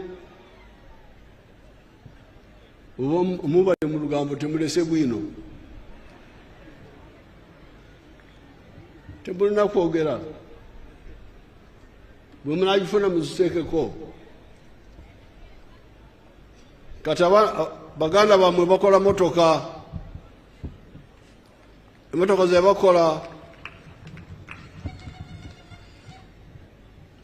bakola twazituma erinnya Kiyira omuga gwa Nairo.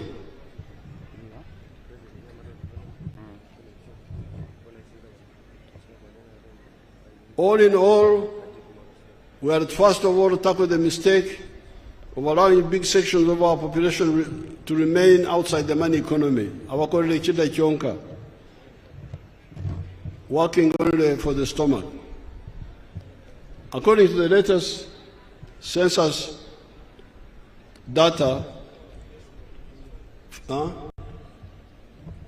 finally 67% of our people are in the money economy. It is 33% that are still outside the money economy.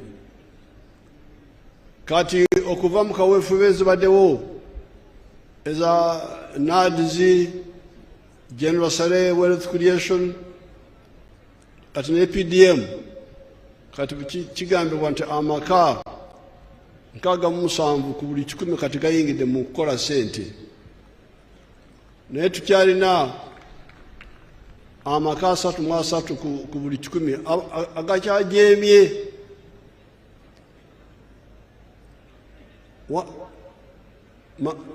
Makazi ambayo yameingia kwenye shughuli za kufanya pesa sasa ni 67%, lakini hiyo inamaanisha kwamba bado kuna 33 ya makazi ambao wako nje ya shughuli za kufanya pesa.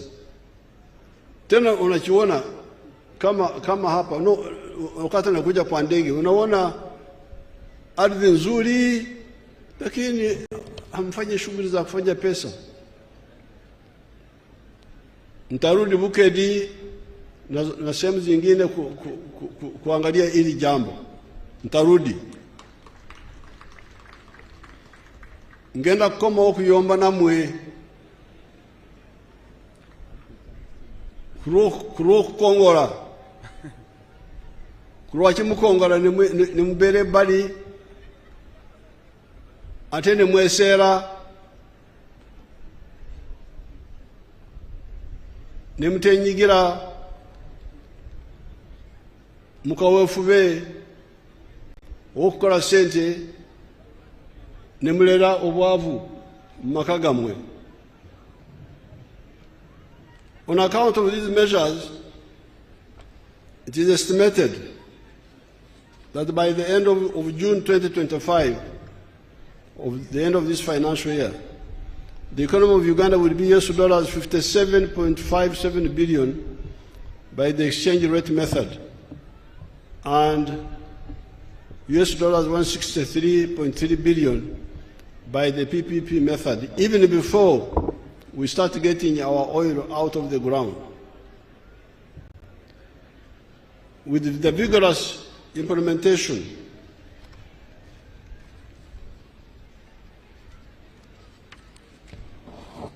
of all the phases mentioned above, we shall grow the GDP to 500 billion. This brings me now to the following crucial words I have been putting forward to you recently. These are development and Kurakulana, wealth of Gaga, service provision, health, education, security, crime, etc. of Wereza, and jobs, emirimu.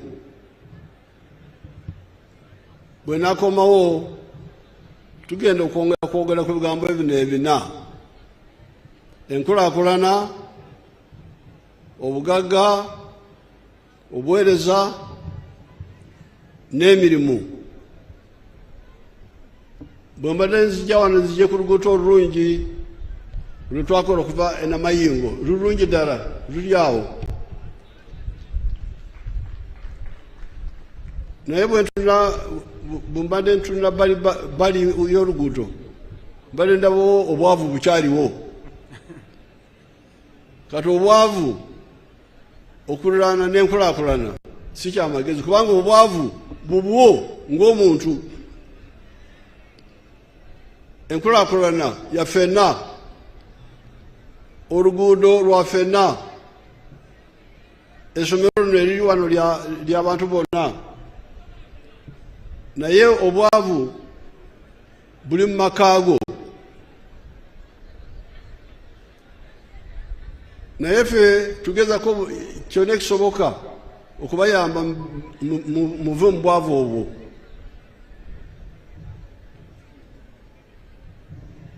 Ate bwe mukola eby'obugagga bye bizaala emirimu. Bw'oba olunda embizi oba enkoko, bugagga bwa muntu. Naye ogenda kusanga omuntu oyo akozesa abantu 10 mu faamu egyo. Omuntu ava eno n'asanga waliwo emirimu etalina agikola, ne mukuba kyeyo. Yembeera nyina ndyagadde mukole, abasobola bwe basobola okwenyigira mu by'obugagga bagenda okukola emirimu, ate emirimu igenda kusinga abantu obungi.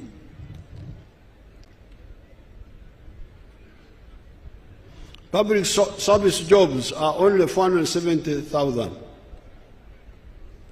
The majority of jobs, therefore, must be in the private sector. Already manufacturing is employing 1.2 million people. Services, 5 million people. And yet, this is just the beginning. This is the general message of the NRM.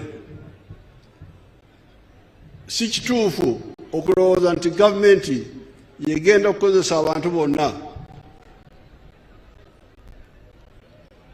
kubanga emirimu gya gavumenti gimanyiddwa. Ow'omuluka ali omu, ow'eggombolola ali omu, DC ali omu, omubaka wa constituency wa parliament ali omu. Ne bw'ogenda ku basomesa waliwo ekibalo. Omubudde obwaffe omusomesa omu yasomesanga abaana 40. Kati bangambye tugiyita teacher people ratio. Bangambye nti kati mwakiteekako omusomesa omu eri abaana 50. Bwe twaggalawo olwa korona, abaana abagenda mu byalo baali obukadde 15. Kati bw'otwalira ku kibalo kiri ekya 55, ogenda kusanga nti abasomesa abeetaagibwa bali 30,000. N'olwekyo emirimu egyo tegimala, abasomesa, abasawo, abaserikale, abapoliisi tegimala. Emirimu emingi muwulidde kati mu buweereza services already bakozesa abantu miliyoni 5. Ekyo nakyo tukitangaale tuleme okwonoona obudde ate abakulembeze nabo baguumaaza abantu ne batabanyonyola bulungi. Regarding the immediate plans for boosting the economy, I must mention the issue of the railways. The old meter gauge that is being repaired and the new standard gauge railway that will go from Maraba to Kampala and Kasese, as well as going from Tororo to Lira, Guru, Nimure. With our petroleum resources, we are going to fund all this. The importance of the railway is to lower transport costs. This makes it easier for business to make profits. We are already handling electricity. With the low cost of production, Uganda becomes more attractive to business operators. They make profits more easily. Therefore, the people of the East rise up and take advantage of the government programs of PDM, Emyoga, Grow, etc. to join the money economy. The government has arranged for the rest: peace, infrastructure, the markets, etc. I cannot end this address without again emphasizing the importance of the African economic and political integration in whatever we are doing in regard to the 2 historical missions: prosperity for the African people and the strategic security. All patriots and Pan-Africanists in Uganda should link up with our brothers and sisters in Africa to work for the economic integration of the whole of Africa and the economic and political integration of East Africa, leading to the political federation of East Africa. Muongee na hao Wasamia kutoka Kenya na Wajaruo na Wakikuyu, tufanye muungano wa East Africa ambaye wazee wamekuwa wanapigania na mimi nimekuwa napigania kwa sehemu kubwa ya maisha yangu. That is what will be the insurance and guarantee for Africa's prosperity and strategic security. Otherwise, we are building a Latin America in Africa, and the sort of stagnation and misery you see in Latin America is already visible here. We are most pleased to have the visitors from the Central African Republic. His Excellency, mumpigie makofi.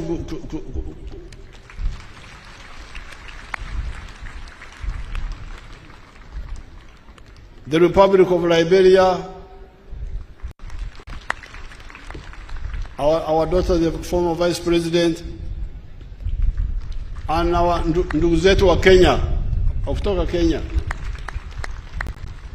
Wa Kenya mnakaribishwa. Thank you for coming to join us. We are always ready for the Pan-African's effort of integrating Africa economically and in some cases politically. I thank everybody. Thank you very much. Omusamya President Yahamala okulomaloma abolera ati kuicha okuchusa byalomalome kutobibisya mu bangu muno. President nata alomaloma alangire President Mukeni amwebasire okuicha yamwebasa okuchusa Uganda yabola ati ngaba President basye mu Africa niye mulala oba President bibe unjaho okwekeraho era ife bana Uganda kuline hadi kubanende President Yoweri Kaguta Museveni mukulomano mahwaye yebasire bosi bechere yangire kulo mukeni wa yekirano okwekesa otukwegata sikulundu muno ngalomaloma hungira barabara nadala eitula Arua ni ruhaitio paka mu Central African Republic yabola tirwe barabara yindi tula Southern Sudan yosi abandi banyala babitiraho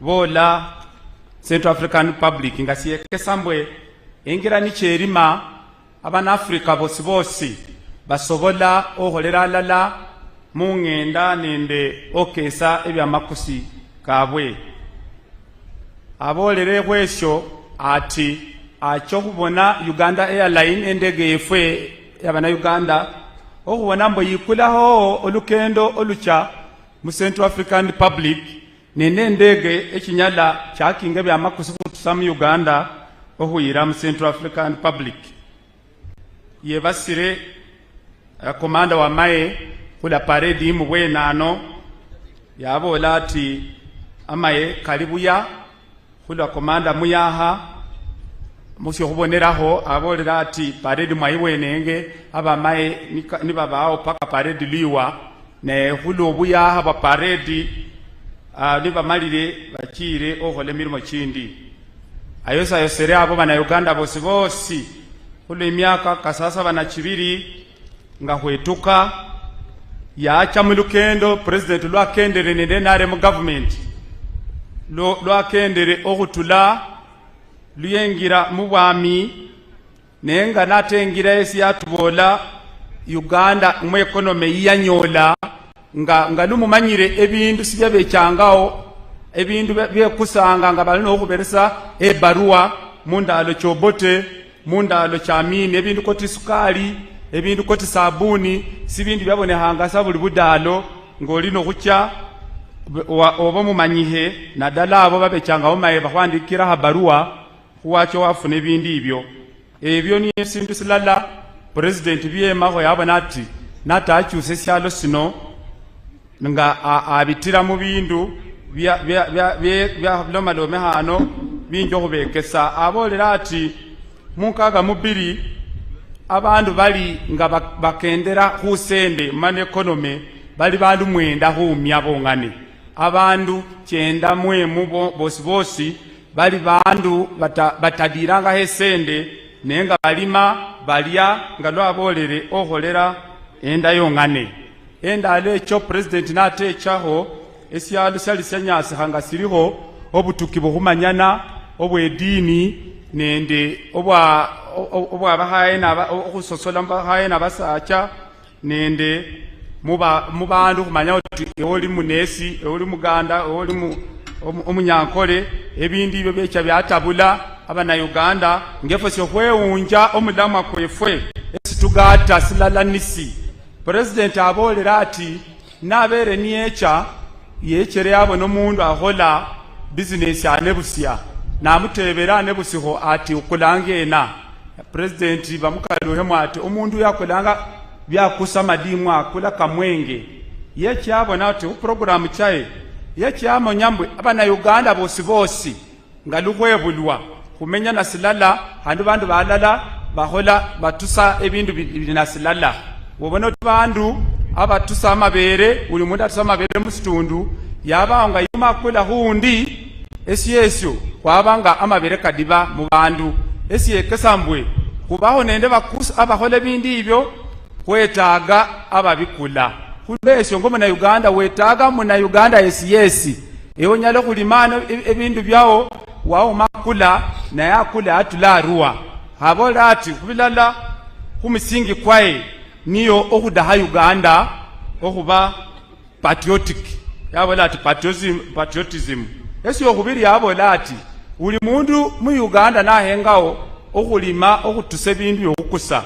akatali mu Uganda sihamala sakira abola ati kwetaga abasiefwe ebe byalo bitulwanirano Kenya, Tanzania, Sudan, Congo, East Africa and kwetaga Africa ulo kuba kwetaga bandu banyalo khosesa bindu byefwe ebingi muno handi fwese kwakule bindu mu Africa yosi kulwesyo abolera ati niyecha mukinana mu mukaga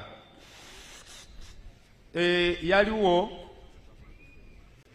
ebyamaleya bikyuse ne mu Luswahili kandi singicho obikyusa kuloba obwire budidi yabola ati esintu sikulundu siene nani saa kino abana Uganda nibamale okubona mbo balina hatale baluku otuse ebintu nahandi balukusa ebintu ibyo byongane sibinyala okutukyusa obulamu bwefwe esi okuboneraho emwanyi kulima muno emwanyi kutusa muno mabeere n'enyumawo sikubeere nukufunamu kulokuba efwe kubukula ebintu bino nukubikusa nga lukubifuna ate president abola ati bintu bino nukucha kwabyongera mu mutindo bicho kutuhonya okufuna esende enyingi abeere si okuboneraho ati esyalo koti Germany abantu sibalima emwanyi naye kulokuba babukulanga emwanyi kyefwe ne bakitamu bakyongeramu omutindo niyo balala bahira ofunamu sende kyemwanyi efwe Uganda bahira emwanyi abalima emwanyi ohira Germany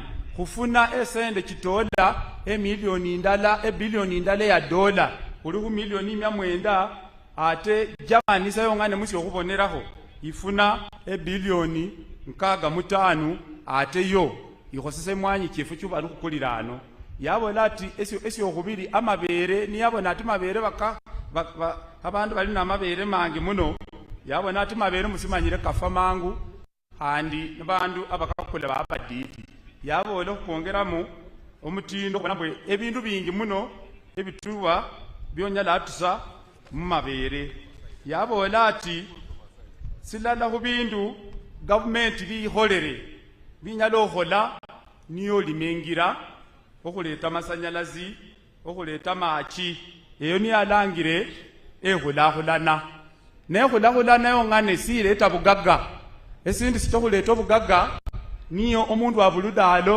okhosese ehulahulana gavumenti yale iyiretere engira gavumenti iyiretere obisya khusine syamakusi otesende musawo amasanyalazi okwakhosesa otye kudisanye gavumenti ikhole mulimo kwayo efwe ngabana Uganda ngabasami abagwe fesi khube nende omulimo kwefwe yabola ati bintu bilala byaleta usyalo kuno niye ndola muwene khubere nende ndola lufanyuma lw'emyaka 5 kuba nende ndola abakulembeze bachamu bandu baba banyonyola bandu abantu babasima oba bakhola nga lubaba nibadahire abolere ati esindu syokhwerinda sindu syokulundu muno khandi nga esyalo silala syongane sisinyala okhwerinda syongane sidaha ebyalo bindi khuloba obyokhwerinda werinda asyano werinda mumbewo werinda akulukulu webiresira werinda khunyanja so ebyo byosi ngesyalo silala syongane sonyala woseresa sakira khwetaga basiefwe abe byalo bindu kutalala makesi okubona mbwe khwerinda wabona mbwe yuma abandu batwingiramu bosa ku bandu befwe obudinyu abolere ati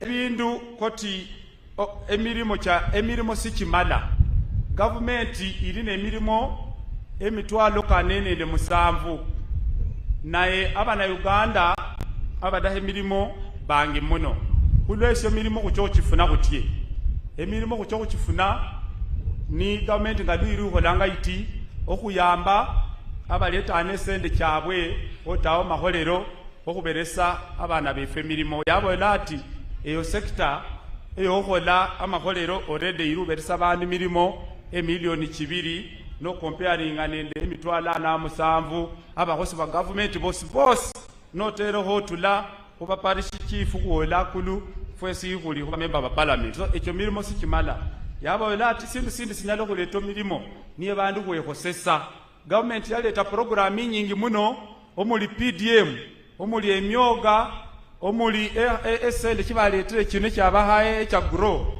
ekyabaraga nende kyabahasi abantu bakukula hakisa bahosese esende ekyo bakyo kwanje kwekhosesa yatubola mbwe kwese syongane bandu kwekhosesa orede bandu emilioni 5 kikwekholera okhwefunisa emirimo abawulira message ya president bata muhola nga cha alala nende program cha government nadala ya chusino ya PDM abola ati esa kino kuno kuba NRM government iholere muno ebindu bindu baboleranga ebyo abana Uganda esa kino otulaho lulanga lubali mwenda bonga ne bali mu economy esa kino nkaga mu musambu humya at least bakonya hosende musawo nanu olukendo luli kuba no batakonanga hesende musawo abali asatu musatu humya ndala abandu abo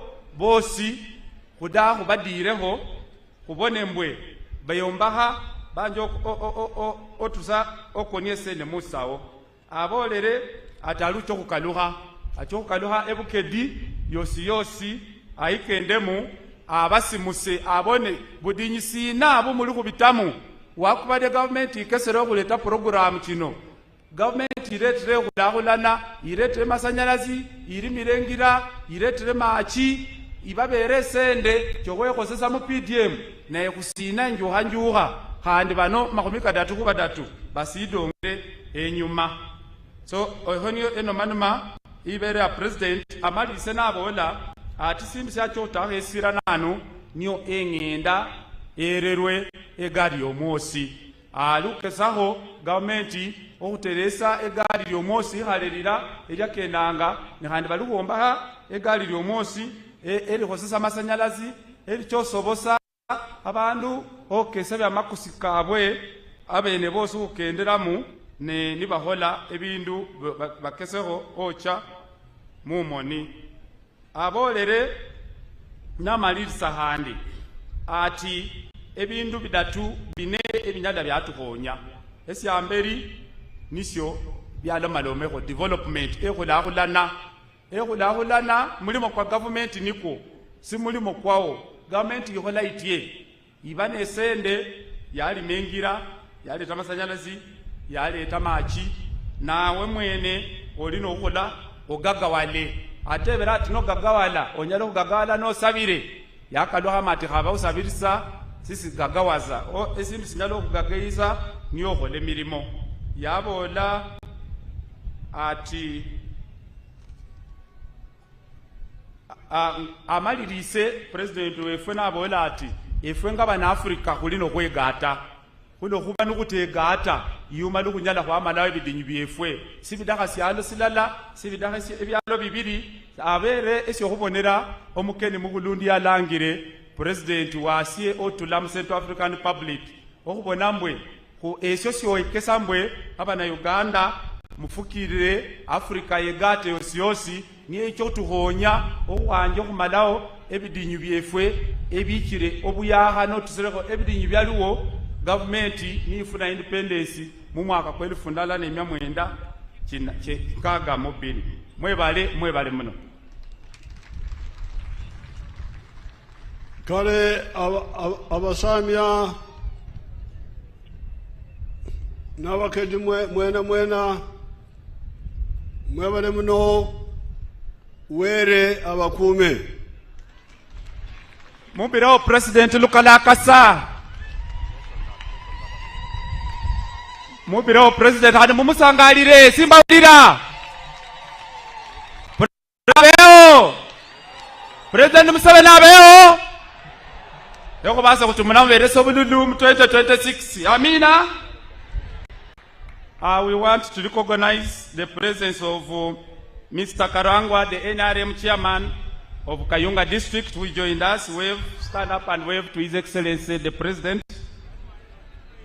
He is also joined by Haji Lumolo Sulaiman, the NRM chairperson of Sironko. Thank you for coming. You can stand and wave to His Excellency the President. We are also joined with Your Excellency the Changomacho family here. Changomacho is one of the people who started UPM here in 1980. We thank you that you have stood with the family for all those times, but the family is here and they are very grateful. We also lost one of the comrades, Your Excellency, called Magunia Ismail. The two, him and Changomacho in 1980, they are the ones who promoted UPM under the guidance of the late Chirunda Kivejinja in this area. We lost him last year, but the family is here and they always stand with the NRM. They always stand with you, Your Excellency.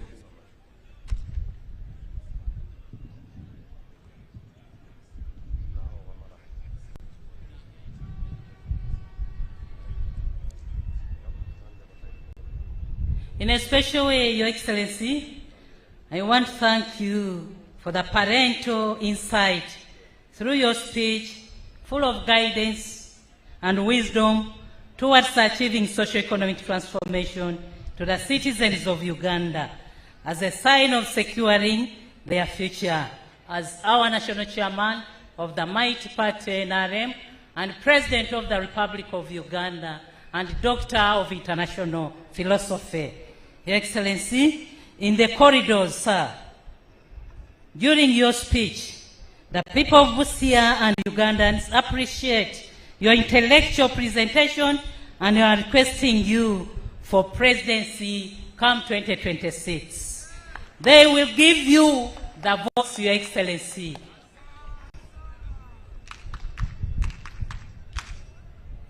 Your Excellency, we are remaining with few activities to conclude this function. One is the award of honors and 2 entertainments plus 1 of your musical. But with your permission, and since we are at the border district, sir, allow me to invite 1 of your musical to entertain your guests in the border language. Please, the floor is yours.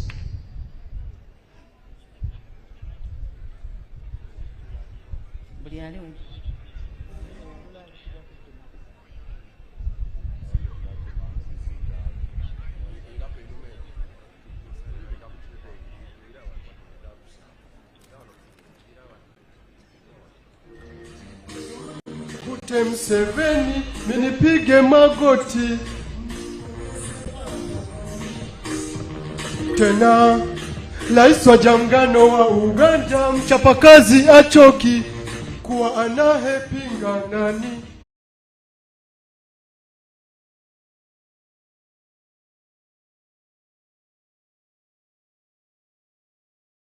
Vibe eliwa fulai over inajengwa, daraja pale Nailo airport imeshajengwa. Acha nikupongeze kwa Airtel Uganda, zidi baba nikupongeze kwa Ntebe Kisipesi. O baba basi vile atachukua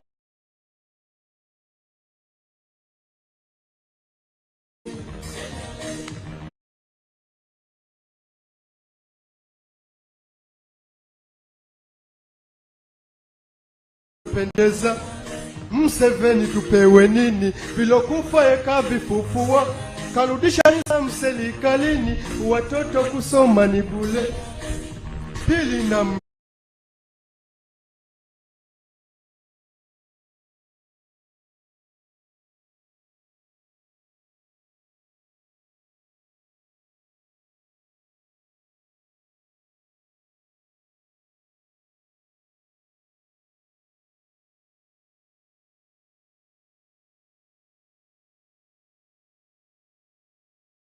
Uganda ka Dubai.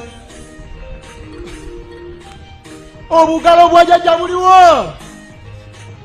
Mikono iko wapi? Mikono juu.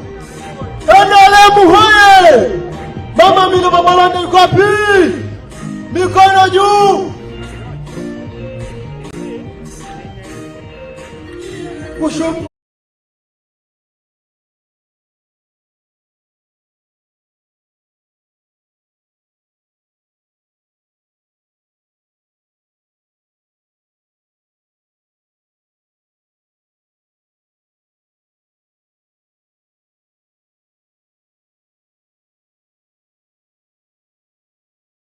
ngamo kazi unawezaga.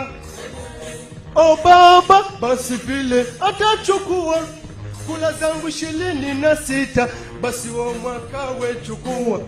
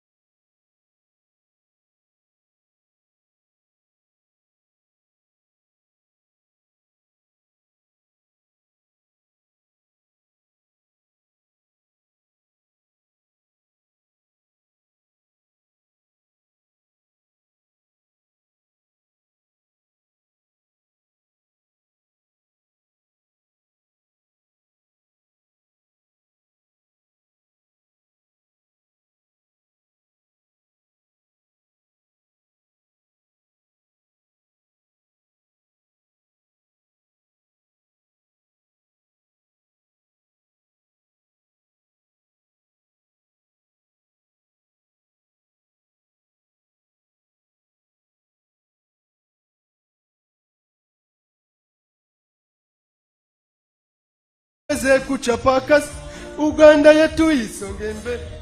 Hata PDM vile tena tusimame imara, ili tuweze kuchapa kazi, Uganda yetu isonge mbele.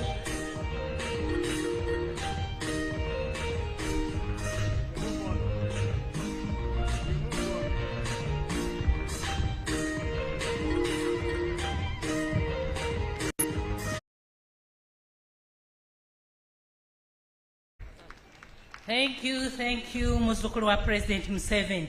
Your Excellency, allow me to introduce to you the Omukama Ruhanga Obshobos Bisaka, leader of Faith of Unity, and you can hear his delegation is here, Your Excellency. Your Excellency, sir, and with your permission, allow me to introduce to you my colleagues, the Honorable Ministers and Honorable Ministers of State. Can you please stand and move forward and wave to His Excellency the President? Honorable Ministers and Ministers of State, please stand and come forward.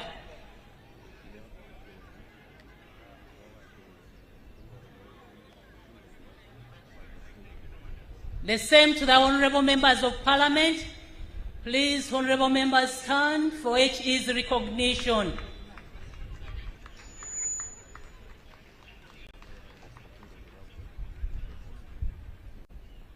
The religious leaders,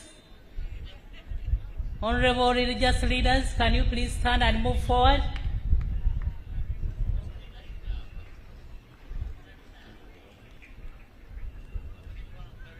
Also, the same to the cultural leaders. Please, cultural leaders.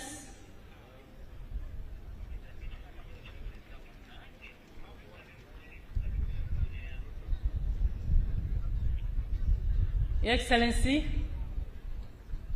allow me to introduce to you the RDCs, Deputy RDCs, and assistants. Can you please stand and wave to His Excellency? Move forward, RDCs, wherever you are. And wave to His Excellency the President. The LC5 chairpersons, please stand and wave to His Excellency the President and our guest of honor. The senior presidential advisors, where are you?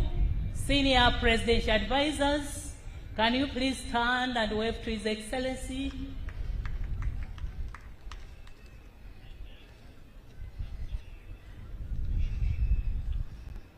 Your Excellency, in a special way, allow me to introduce to you the ambassadors and high commissions. Eritrea, the Dean of Eritrea, where are you? Diplomatic Corps. Venezuela, can you please wave to His Excellency? UN Women, IGAD, Burundi, United Republic of Tanzania, Kenya, European Union, Belgium, Austria,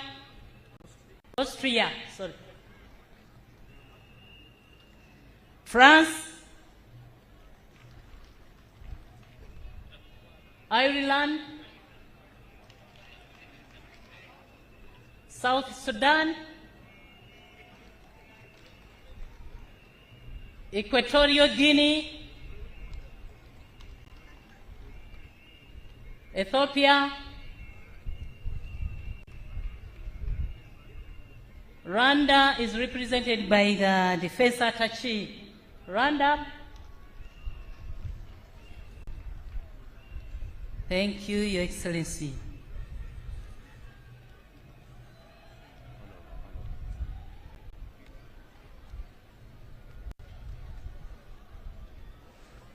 Thank you, Honourable Minister. Your Excellency, the Deputy CDF represented the CDF and is accompanied by Deputy Service Commanders, Generals and Senior Officers to your extreme left. I request they stand up for recognition, sir.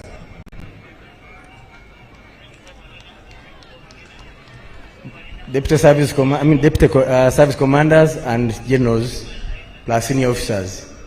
The IGP was also accompanied by senior police officers who are also seated in the same area. Please stand up for recognition.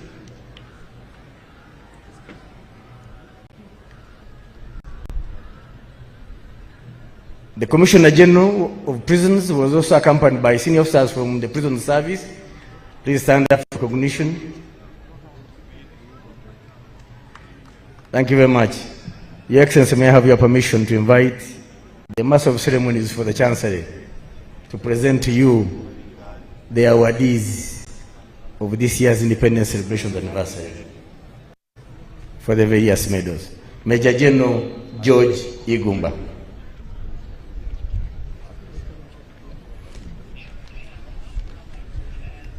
Your Excellency, sir, allow me also to introduce to you the High Commissioner India. Please, can you stand and wave to His Excellency? Thank you. And also that of Algeria.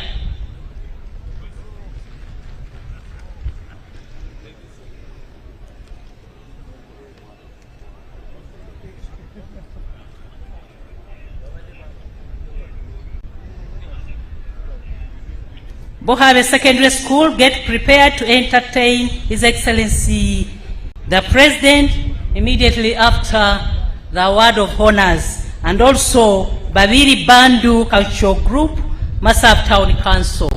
Thank you.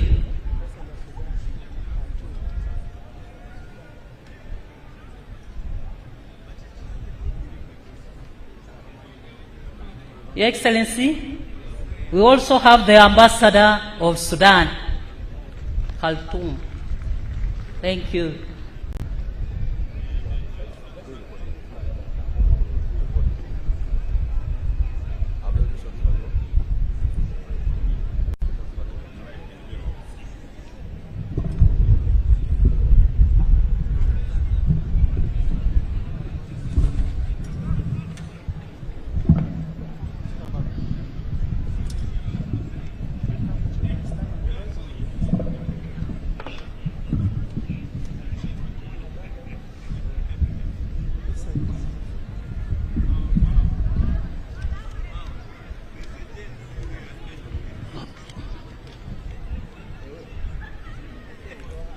Your Excellency, the President of the Republic of Uganda, General Retired Yoweri Kaguta Museveni, His Excellency Professor Faustin Archangel Touadera, President of the Central African Republic, and his entourage, Her Excellency the Vice President of the Republic of Uganda, Major Retired Jesper Rose Alupo Epel, His Lordship the Chief Justice, the Deputy Speaker of the Parliament of Uganda, the Vice Chairman of the ruling National Resistance Movement, the Right Honourable Prime Minister, and her respective deputies here present, the Secretary General of the National Resistance Movement, the former Vice President of the Republic of Liberia, Her Excellency Joel Taylor, Honourable Ministers and Ministers of State here present, their worships, the religious leaders here present, their excellencies, the ambassadors and high commissioners here present, security service chiefs here present, honourable members of parliament here present, cultural leaders here present, distinguished invited guests, ladies and gentlemen, good afternoon. On today's auspicious occasion of celebrating Uganda's 62nd Independence Day anniversary, His Excellency the President of the Republic of Uganda is pleased to recognize deserving citizens of Uganda and other persons by award of medals of honor. To make the presentation of the 40 of the beneficiaries, is I, Major General George Igumba, the Master of Ceremonies for the Chancery. Now, therefore, in accordance with Section 3, Part 2 of the National Honors and Awards Act 2001, as amended, His Excellency the President of the Republic of Uganda has approved the award of medals to 40 persons, among whom 5 are female, during this year's 62nd Independence Day anniversary celebrations. The medals and the categories of the Masaba Star Medal, the Personal Sacrifice Medal, the Meritorious Service Medal, Police, the Luero Triangle Medal, the Long Service with Good Conduct Gold, Police, and last but not least, the National Independence 60th Diamond Jubilee Anniversary Medal. The names of the 40 awardees were duly considered by the Presidential Awards Committee of 9 eminent persons, with Honorable Beatrice Wabdea as chairperson and Hajat Zamina Malole as secretary, under the aegis of the Minister for the Presidency, Honorable Mile Babirie Babaranda. Now, the award of the Masaba Star Medal. Pursuant to Section 3(2), Second Schedule Part 1 of the National Honors and Awards Act 2001, as amended, the honor of the Masaba Star Medal is awarded to Defense Forces personnel under the same circumstances described in the award of the Kabalega Medal, but where the gallantry is not as conspicuous as in the Kabalega Medal. The one duly approved awardee is none other than Resistance Officer number 07932, Major General Bob Pasiskai Ogeki. The General enlisted into the Uganda People's Defense Forces way back on 21st November 1995. He holds a master's degree in Defense Studies of King's College, London, among many other qualifications. His enormous contribution to national security and promotion of peace in particular is reflected in his directly laid out plans in assessing situational threats, approving operations, and adopting best practices with a view to avoiding escalation of tensions while serving as 2 Infantry Div Commander between 2022 to 2023. Presently, he is the Joint Staff Policy and Plans at the Joint Staff Headquarters. Award of the Personal Sacrifice Medal, Police. Pursuant to Section 3(3), Second Schedule, Part 2A of the National Honors and Awards Act 2001 as amended, the honor of the Personal Sacrifice Medal is awarded to officers who have been wounded or killed in the line of duty. It may be awarded posthumously. The one and duly approved awardee is number 52051, Police Constable Odama Stephen. May his soul rest in peace.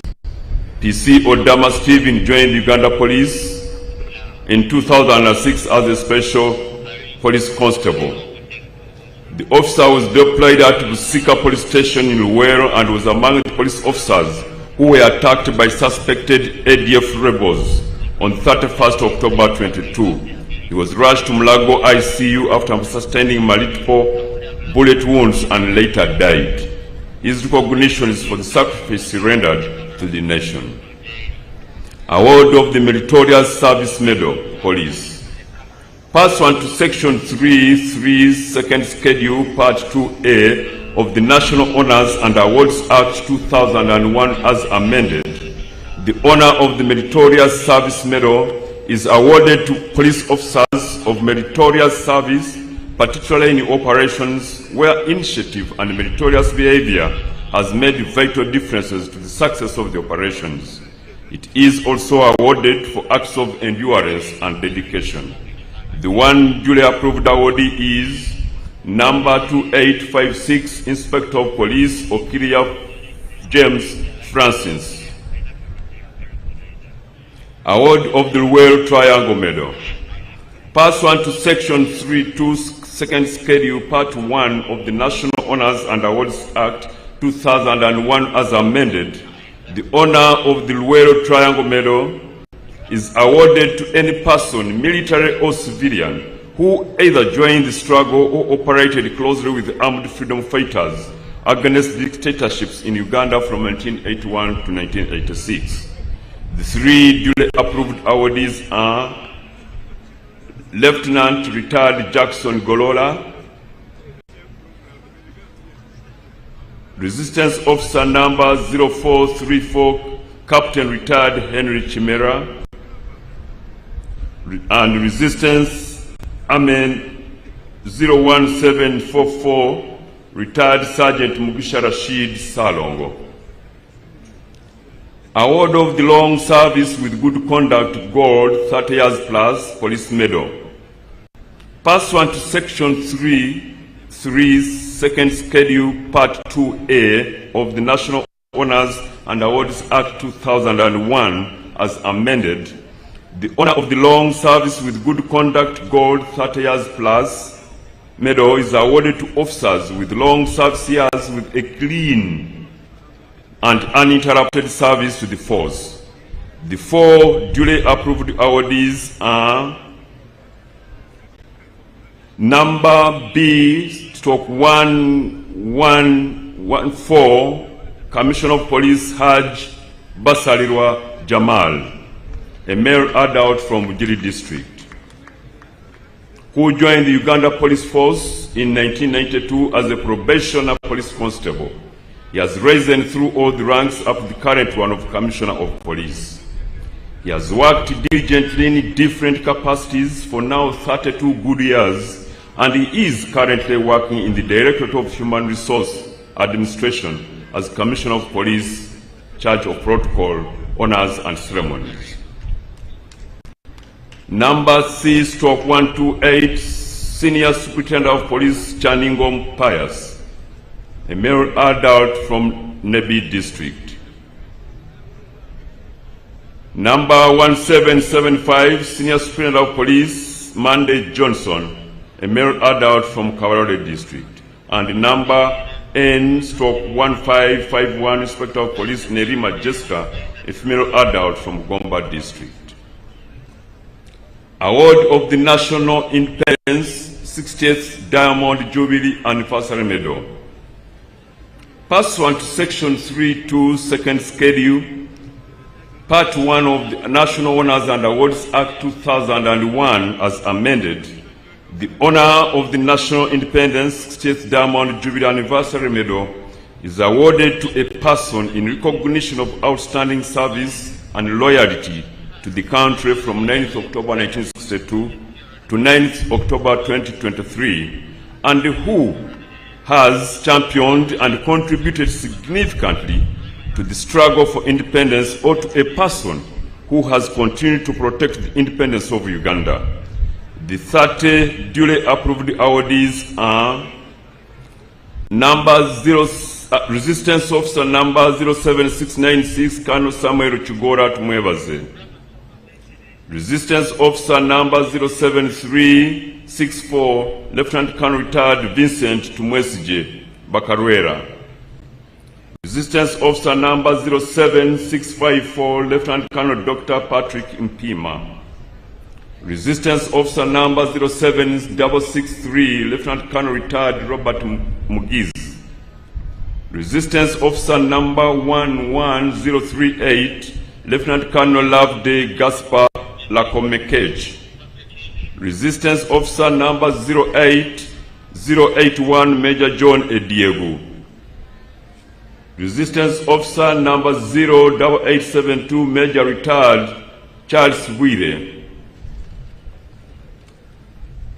Mr. Shiri Madsudan Agrawal, a male adult from an Indian national. He is the founder and trustee of Mamtama and Madhusudan Agrawal Foundation, the government of Uganda appointed him as Honorary Consul of Uganda in Mumbai to cover Western India. He has demonstrated an unwavering commitment to fostering bilateral relations between Uganda and India. His efforts have significantly enhanced trade investment and cultural exchange between the two brotherly countries. Mr. Agrawal co-founded Ajanta Pharma Limited, took charge of its exports and expanded it to over 30 countries. He started with a singular objective to serve global healthcare needs through empathy, innovation, and technology. His vision was not only to make an organization of repute, but also to fulfill the unmet medical needs of the poor. Next is Mr. Odong Moses, a male adult from Otuke district. Engineer Dr. Manyindo Benezeri Musana, a male adult from Kabarole district. Mr. John Chintu, a male adult from Mityana district. Mr. John Chintu, a male adult from Mityana district. Mr. Eddie Kiria, a male adult from Namutumba district. Miss Achan Rose Evelyn, a female adult from Amuria district. Miss Mwaka Charles Elizabeth, a female adult and a German national. Popularly known as Mama Donna, Mwaka Charles Elizabeth is a German-born national who has worked and lived in Uganda for the last 36 years, since 1988. She first worked as a nurse at Salem, Uganda in Mbale district, before shifting to Mbale Crisco Health Center in the early 90s, where she played a pivotal role in providing health care, prenatal and postnatal services to both expectant mothers and mothers. Next is Mr. Mwaka Erasmus, male adult from Lamsungwa district, who is the spouse to Charles Elizabeth. Mr. Kawoya Innocent, a male adult from Masaka district.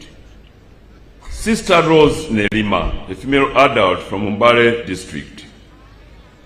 Mr. Mehta Pareshkumar Ratlar, a male adult and an Indian national, who is a philanthropist and a social community worker, serving underprivileged Ugandans as well as people in distress. He provides specialized health care for the underprivileged in various Ugandan communities. He spearheaded the transformational and humanitarian initiatives in Uganda's most remote areas, mainly focusing on increasing access to specialized health care for underprivileged infants and children. Next on the list is Mr. Erin Lange, a male adult and an Austrian national. Muzei Erin Lange is a former Austrian bank employee and politician who studied at the University of Vienna and worked at the Ministry of Social Affairs from 1949 to 1955.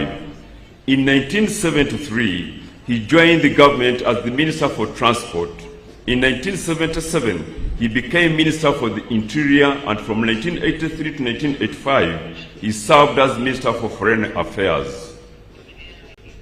In 1985, as Minister for Foreign Affairs, he facilitated the entry and residence permit for His Excellency the President of the Republic of Uganda in Austria. In 1984 to 2000, he served as the second honorary president of the International Handball Federation. During his tenure, he organized urgently needed medical equipment for the treatment of women in Uganda and personally delivered them in Kampala. Next on the list is none other than Mr. Wilson Katorogo Katamigwa, a male adult from Rukunjiri district, and Resistance Officer number 178338, Second Lieutenant Koreb Nzana Gumisiriza, a male adult from Isingiro district.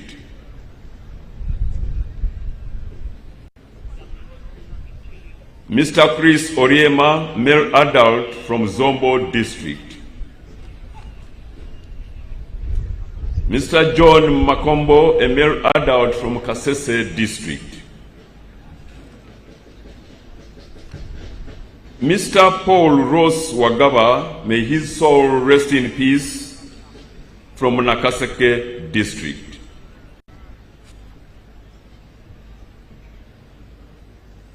Next is P/M number 364, retired Senior Medical Officer Dental Muhere Penina Joy, a female adult from Rwanda District.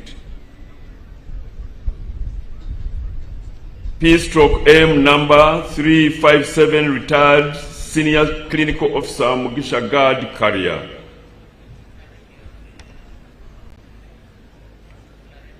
Next is P/L number 100, Lubowa Dennis, Instructor Grade 1. Next is Ambassador David Dimwaka, a male adult from Gulu District. Mzee David Mwaka started serving the country from 1966 up to 1968 as a teacher at Gulu Church of Uganda School. He later joined the civil service in 1969 as a culture officer in the Ministry of Culture and Community Development. While there, he was appointed administrator of the Uganda National Theatre and Cultural Center. He was also appointed the director of the National Dance Troupe, the Heartbeat of Africa troupe that toured many countries of the world, promoting our cultural heritage abroad.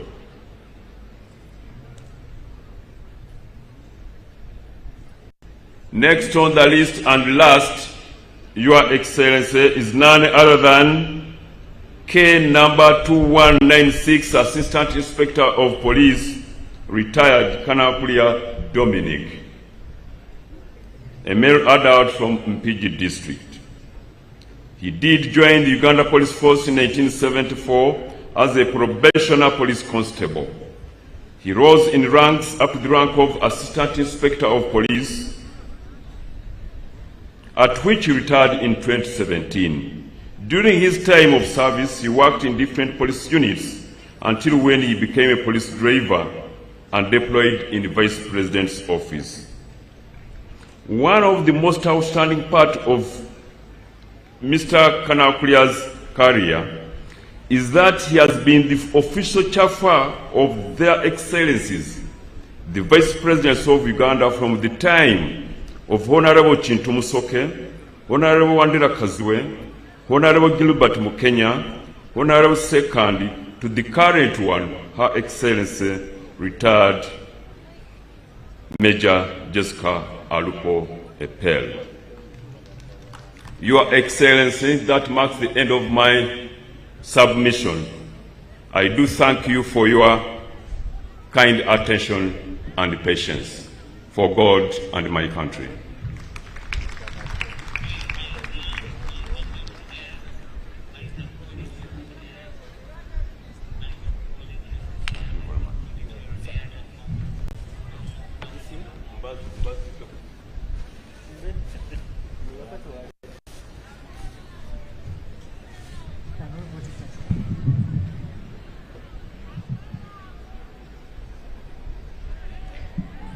Thank you very much.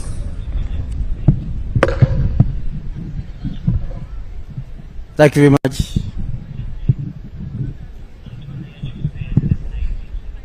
Where are these people?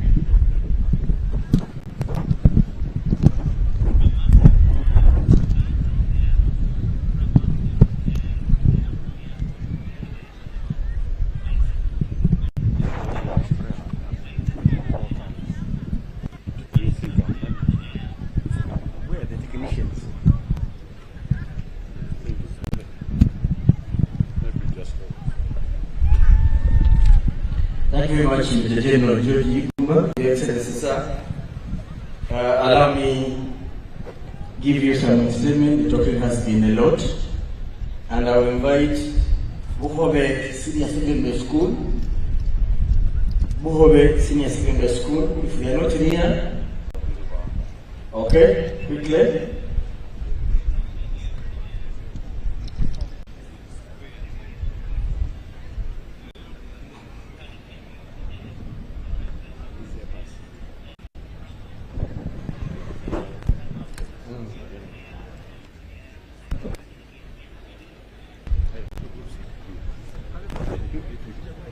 1-1 right.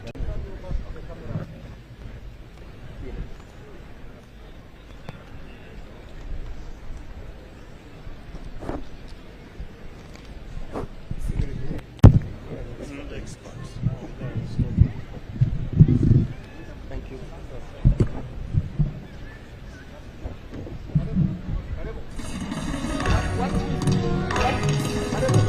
Just one.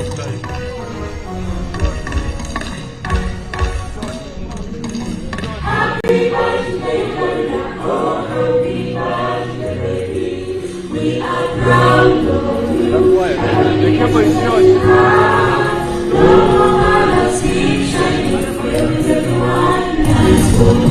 We are proud of you, our mother. Happy birthday, Mother. Happy birthday, baby. All the success wishes you. Happiness, no others keep shining for everyone that's good. As a brother is free for our mother. Happy birthday, Mother. Happy birthday, baby. All the success wishes you. Happiness, no others keep shining for everyone that's good. As a brother is free for our mother.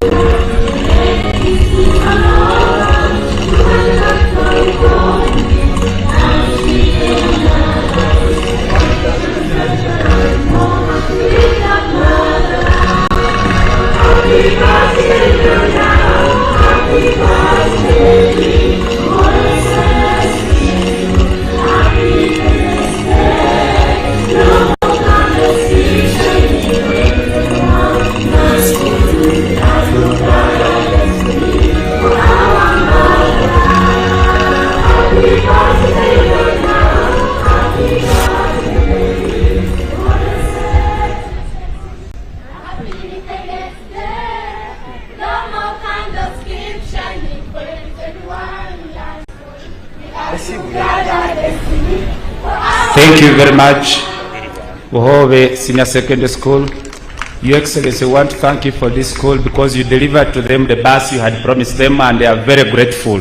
Buhove, thank you so much. Next on stage is Babiri Bandu Hutula Emasafu. Mwebale muno abana be Buhove mubobereho mahono nga lubatula on stage. Babiri Bandu. Your Excellency and the guests, this is the host sub-county, the town council of Masaf, and they are here to entertain you, Your Excellency.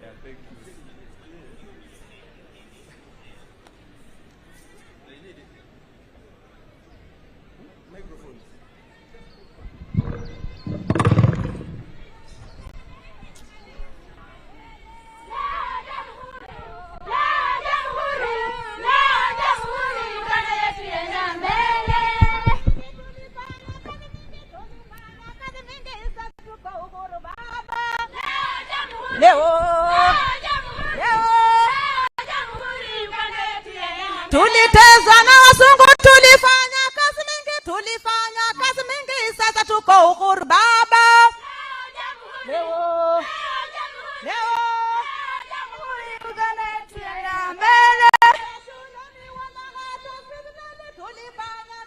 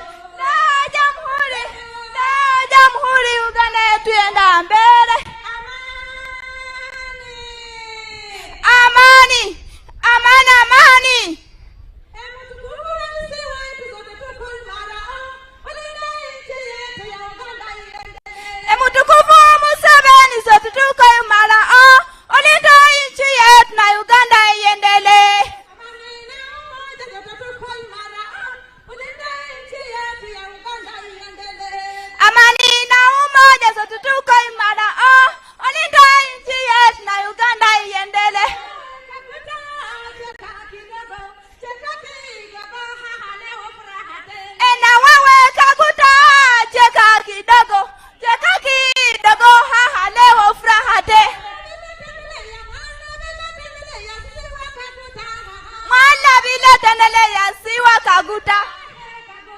Usirudi nyuma, songa mbele. Usirudi nyuma, songa mbele. Usirudi nyuma, songa mbele. Uganda wote tumusifu, ni Kaguta kiongozi kipafu. Na wagonjwa wote tumusifu, ni Kaguta kiongozi kipafu. Wanafunzi wote tumusifu, ni Kaguta kiongozi kipafu. Wanaganda wote tumusifu, ni kiongozi kipafu. Wanaganda wote tumusifu, ni Kaguta kiongozi kipafu. Wanaganda wote tumusifu, ni Kaguta kiongozi kipafu. Wanaganda wote tumusifu, ni Kaguta kiongozi kipafu. Wanaganda wote tumusifu, ni Kaguta kiongozi kipafu.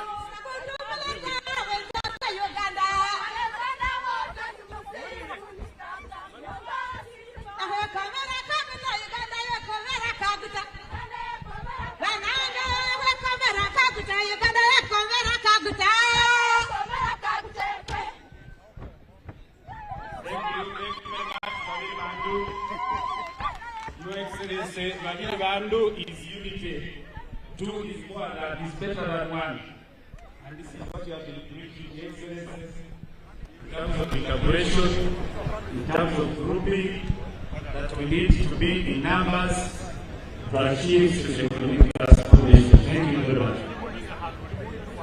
Next, Your Excellency, is retreat. And I'm inviting the band to do what they do best. Band.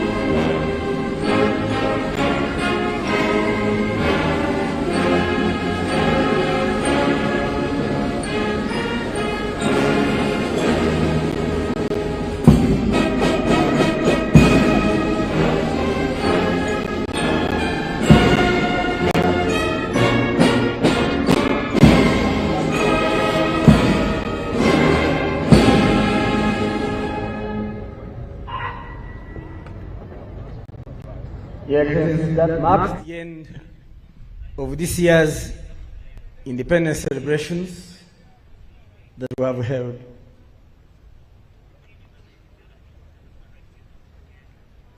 You may take your seats. The Excellencies will leave at their leisure, starting with our guest president.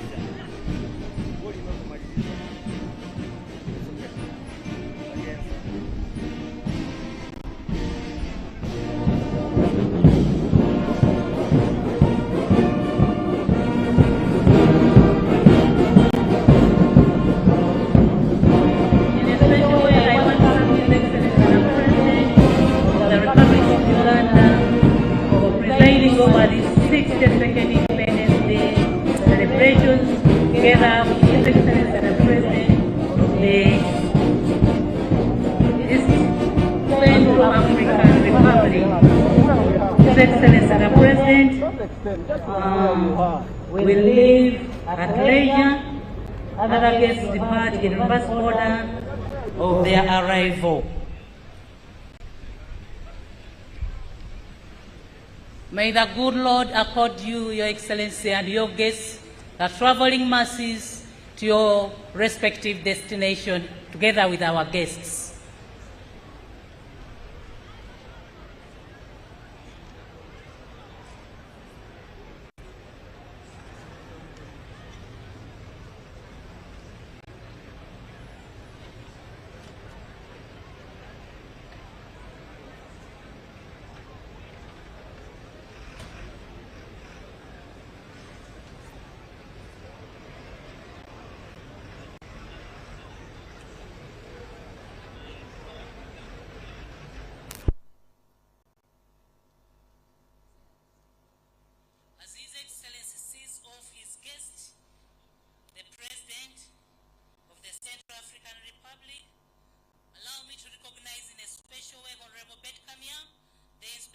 General of Government, Ambassador of Libya, the Ambassador of Turkey, the UN Resident Coordinator, The UNC President Coordination.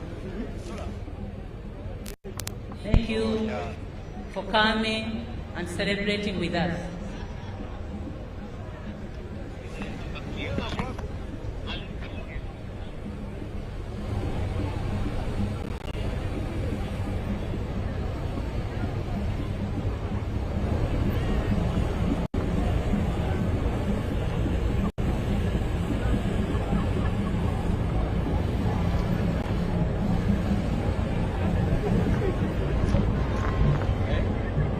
Other guests, please wait for your turn of departure while seated.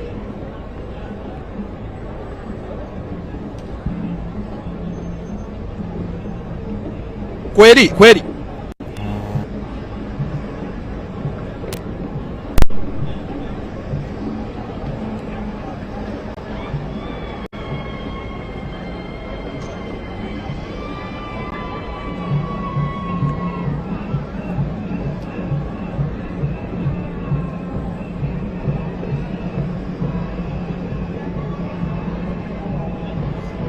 All right, and there you have it. Thank you very much for being part of the broadcast here, coming to you live from Busia district at the Busiko Primary Teachers Teaching College, Primary Teachers Training College here in Masafu Town Council.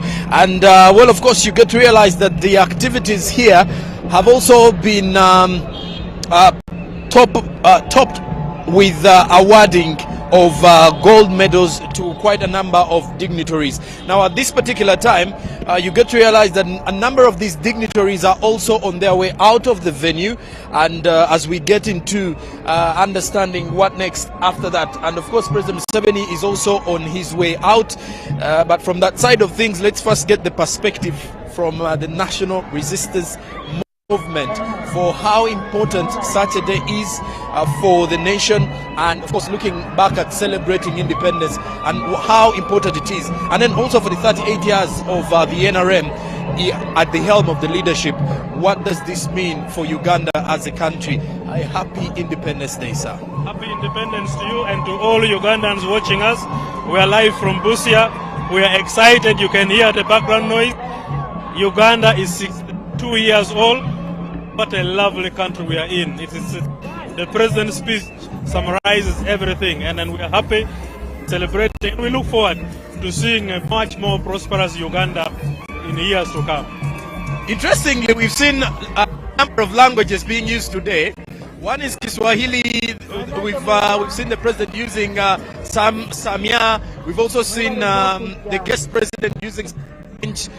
Let's talk about regional integration. Uganda over the years has...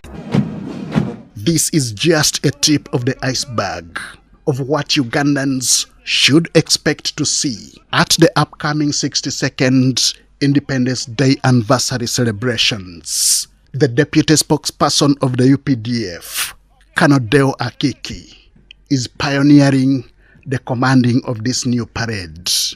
According to officials, this is part of the continuous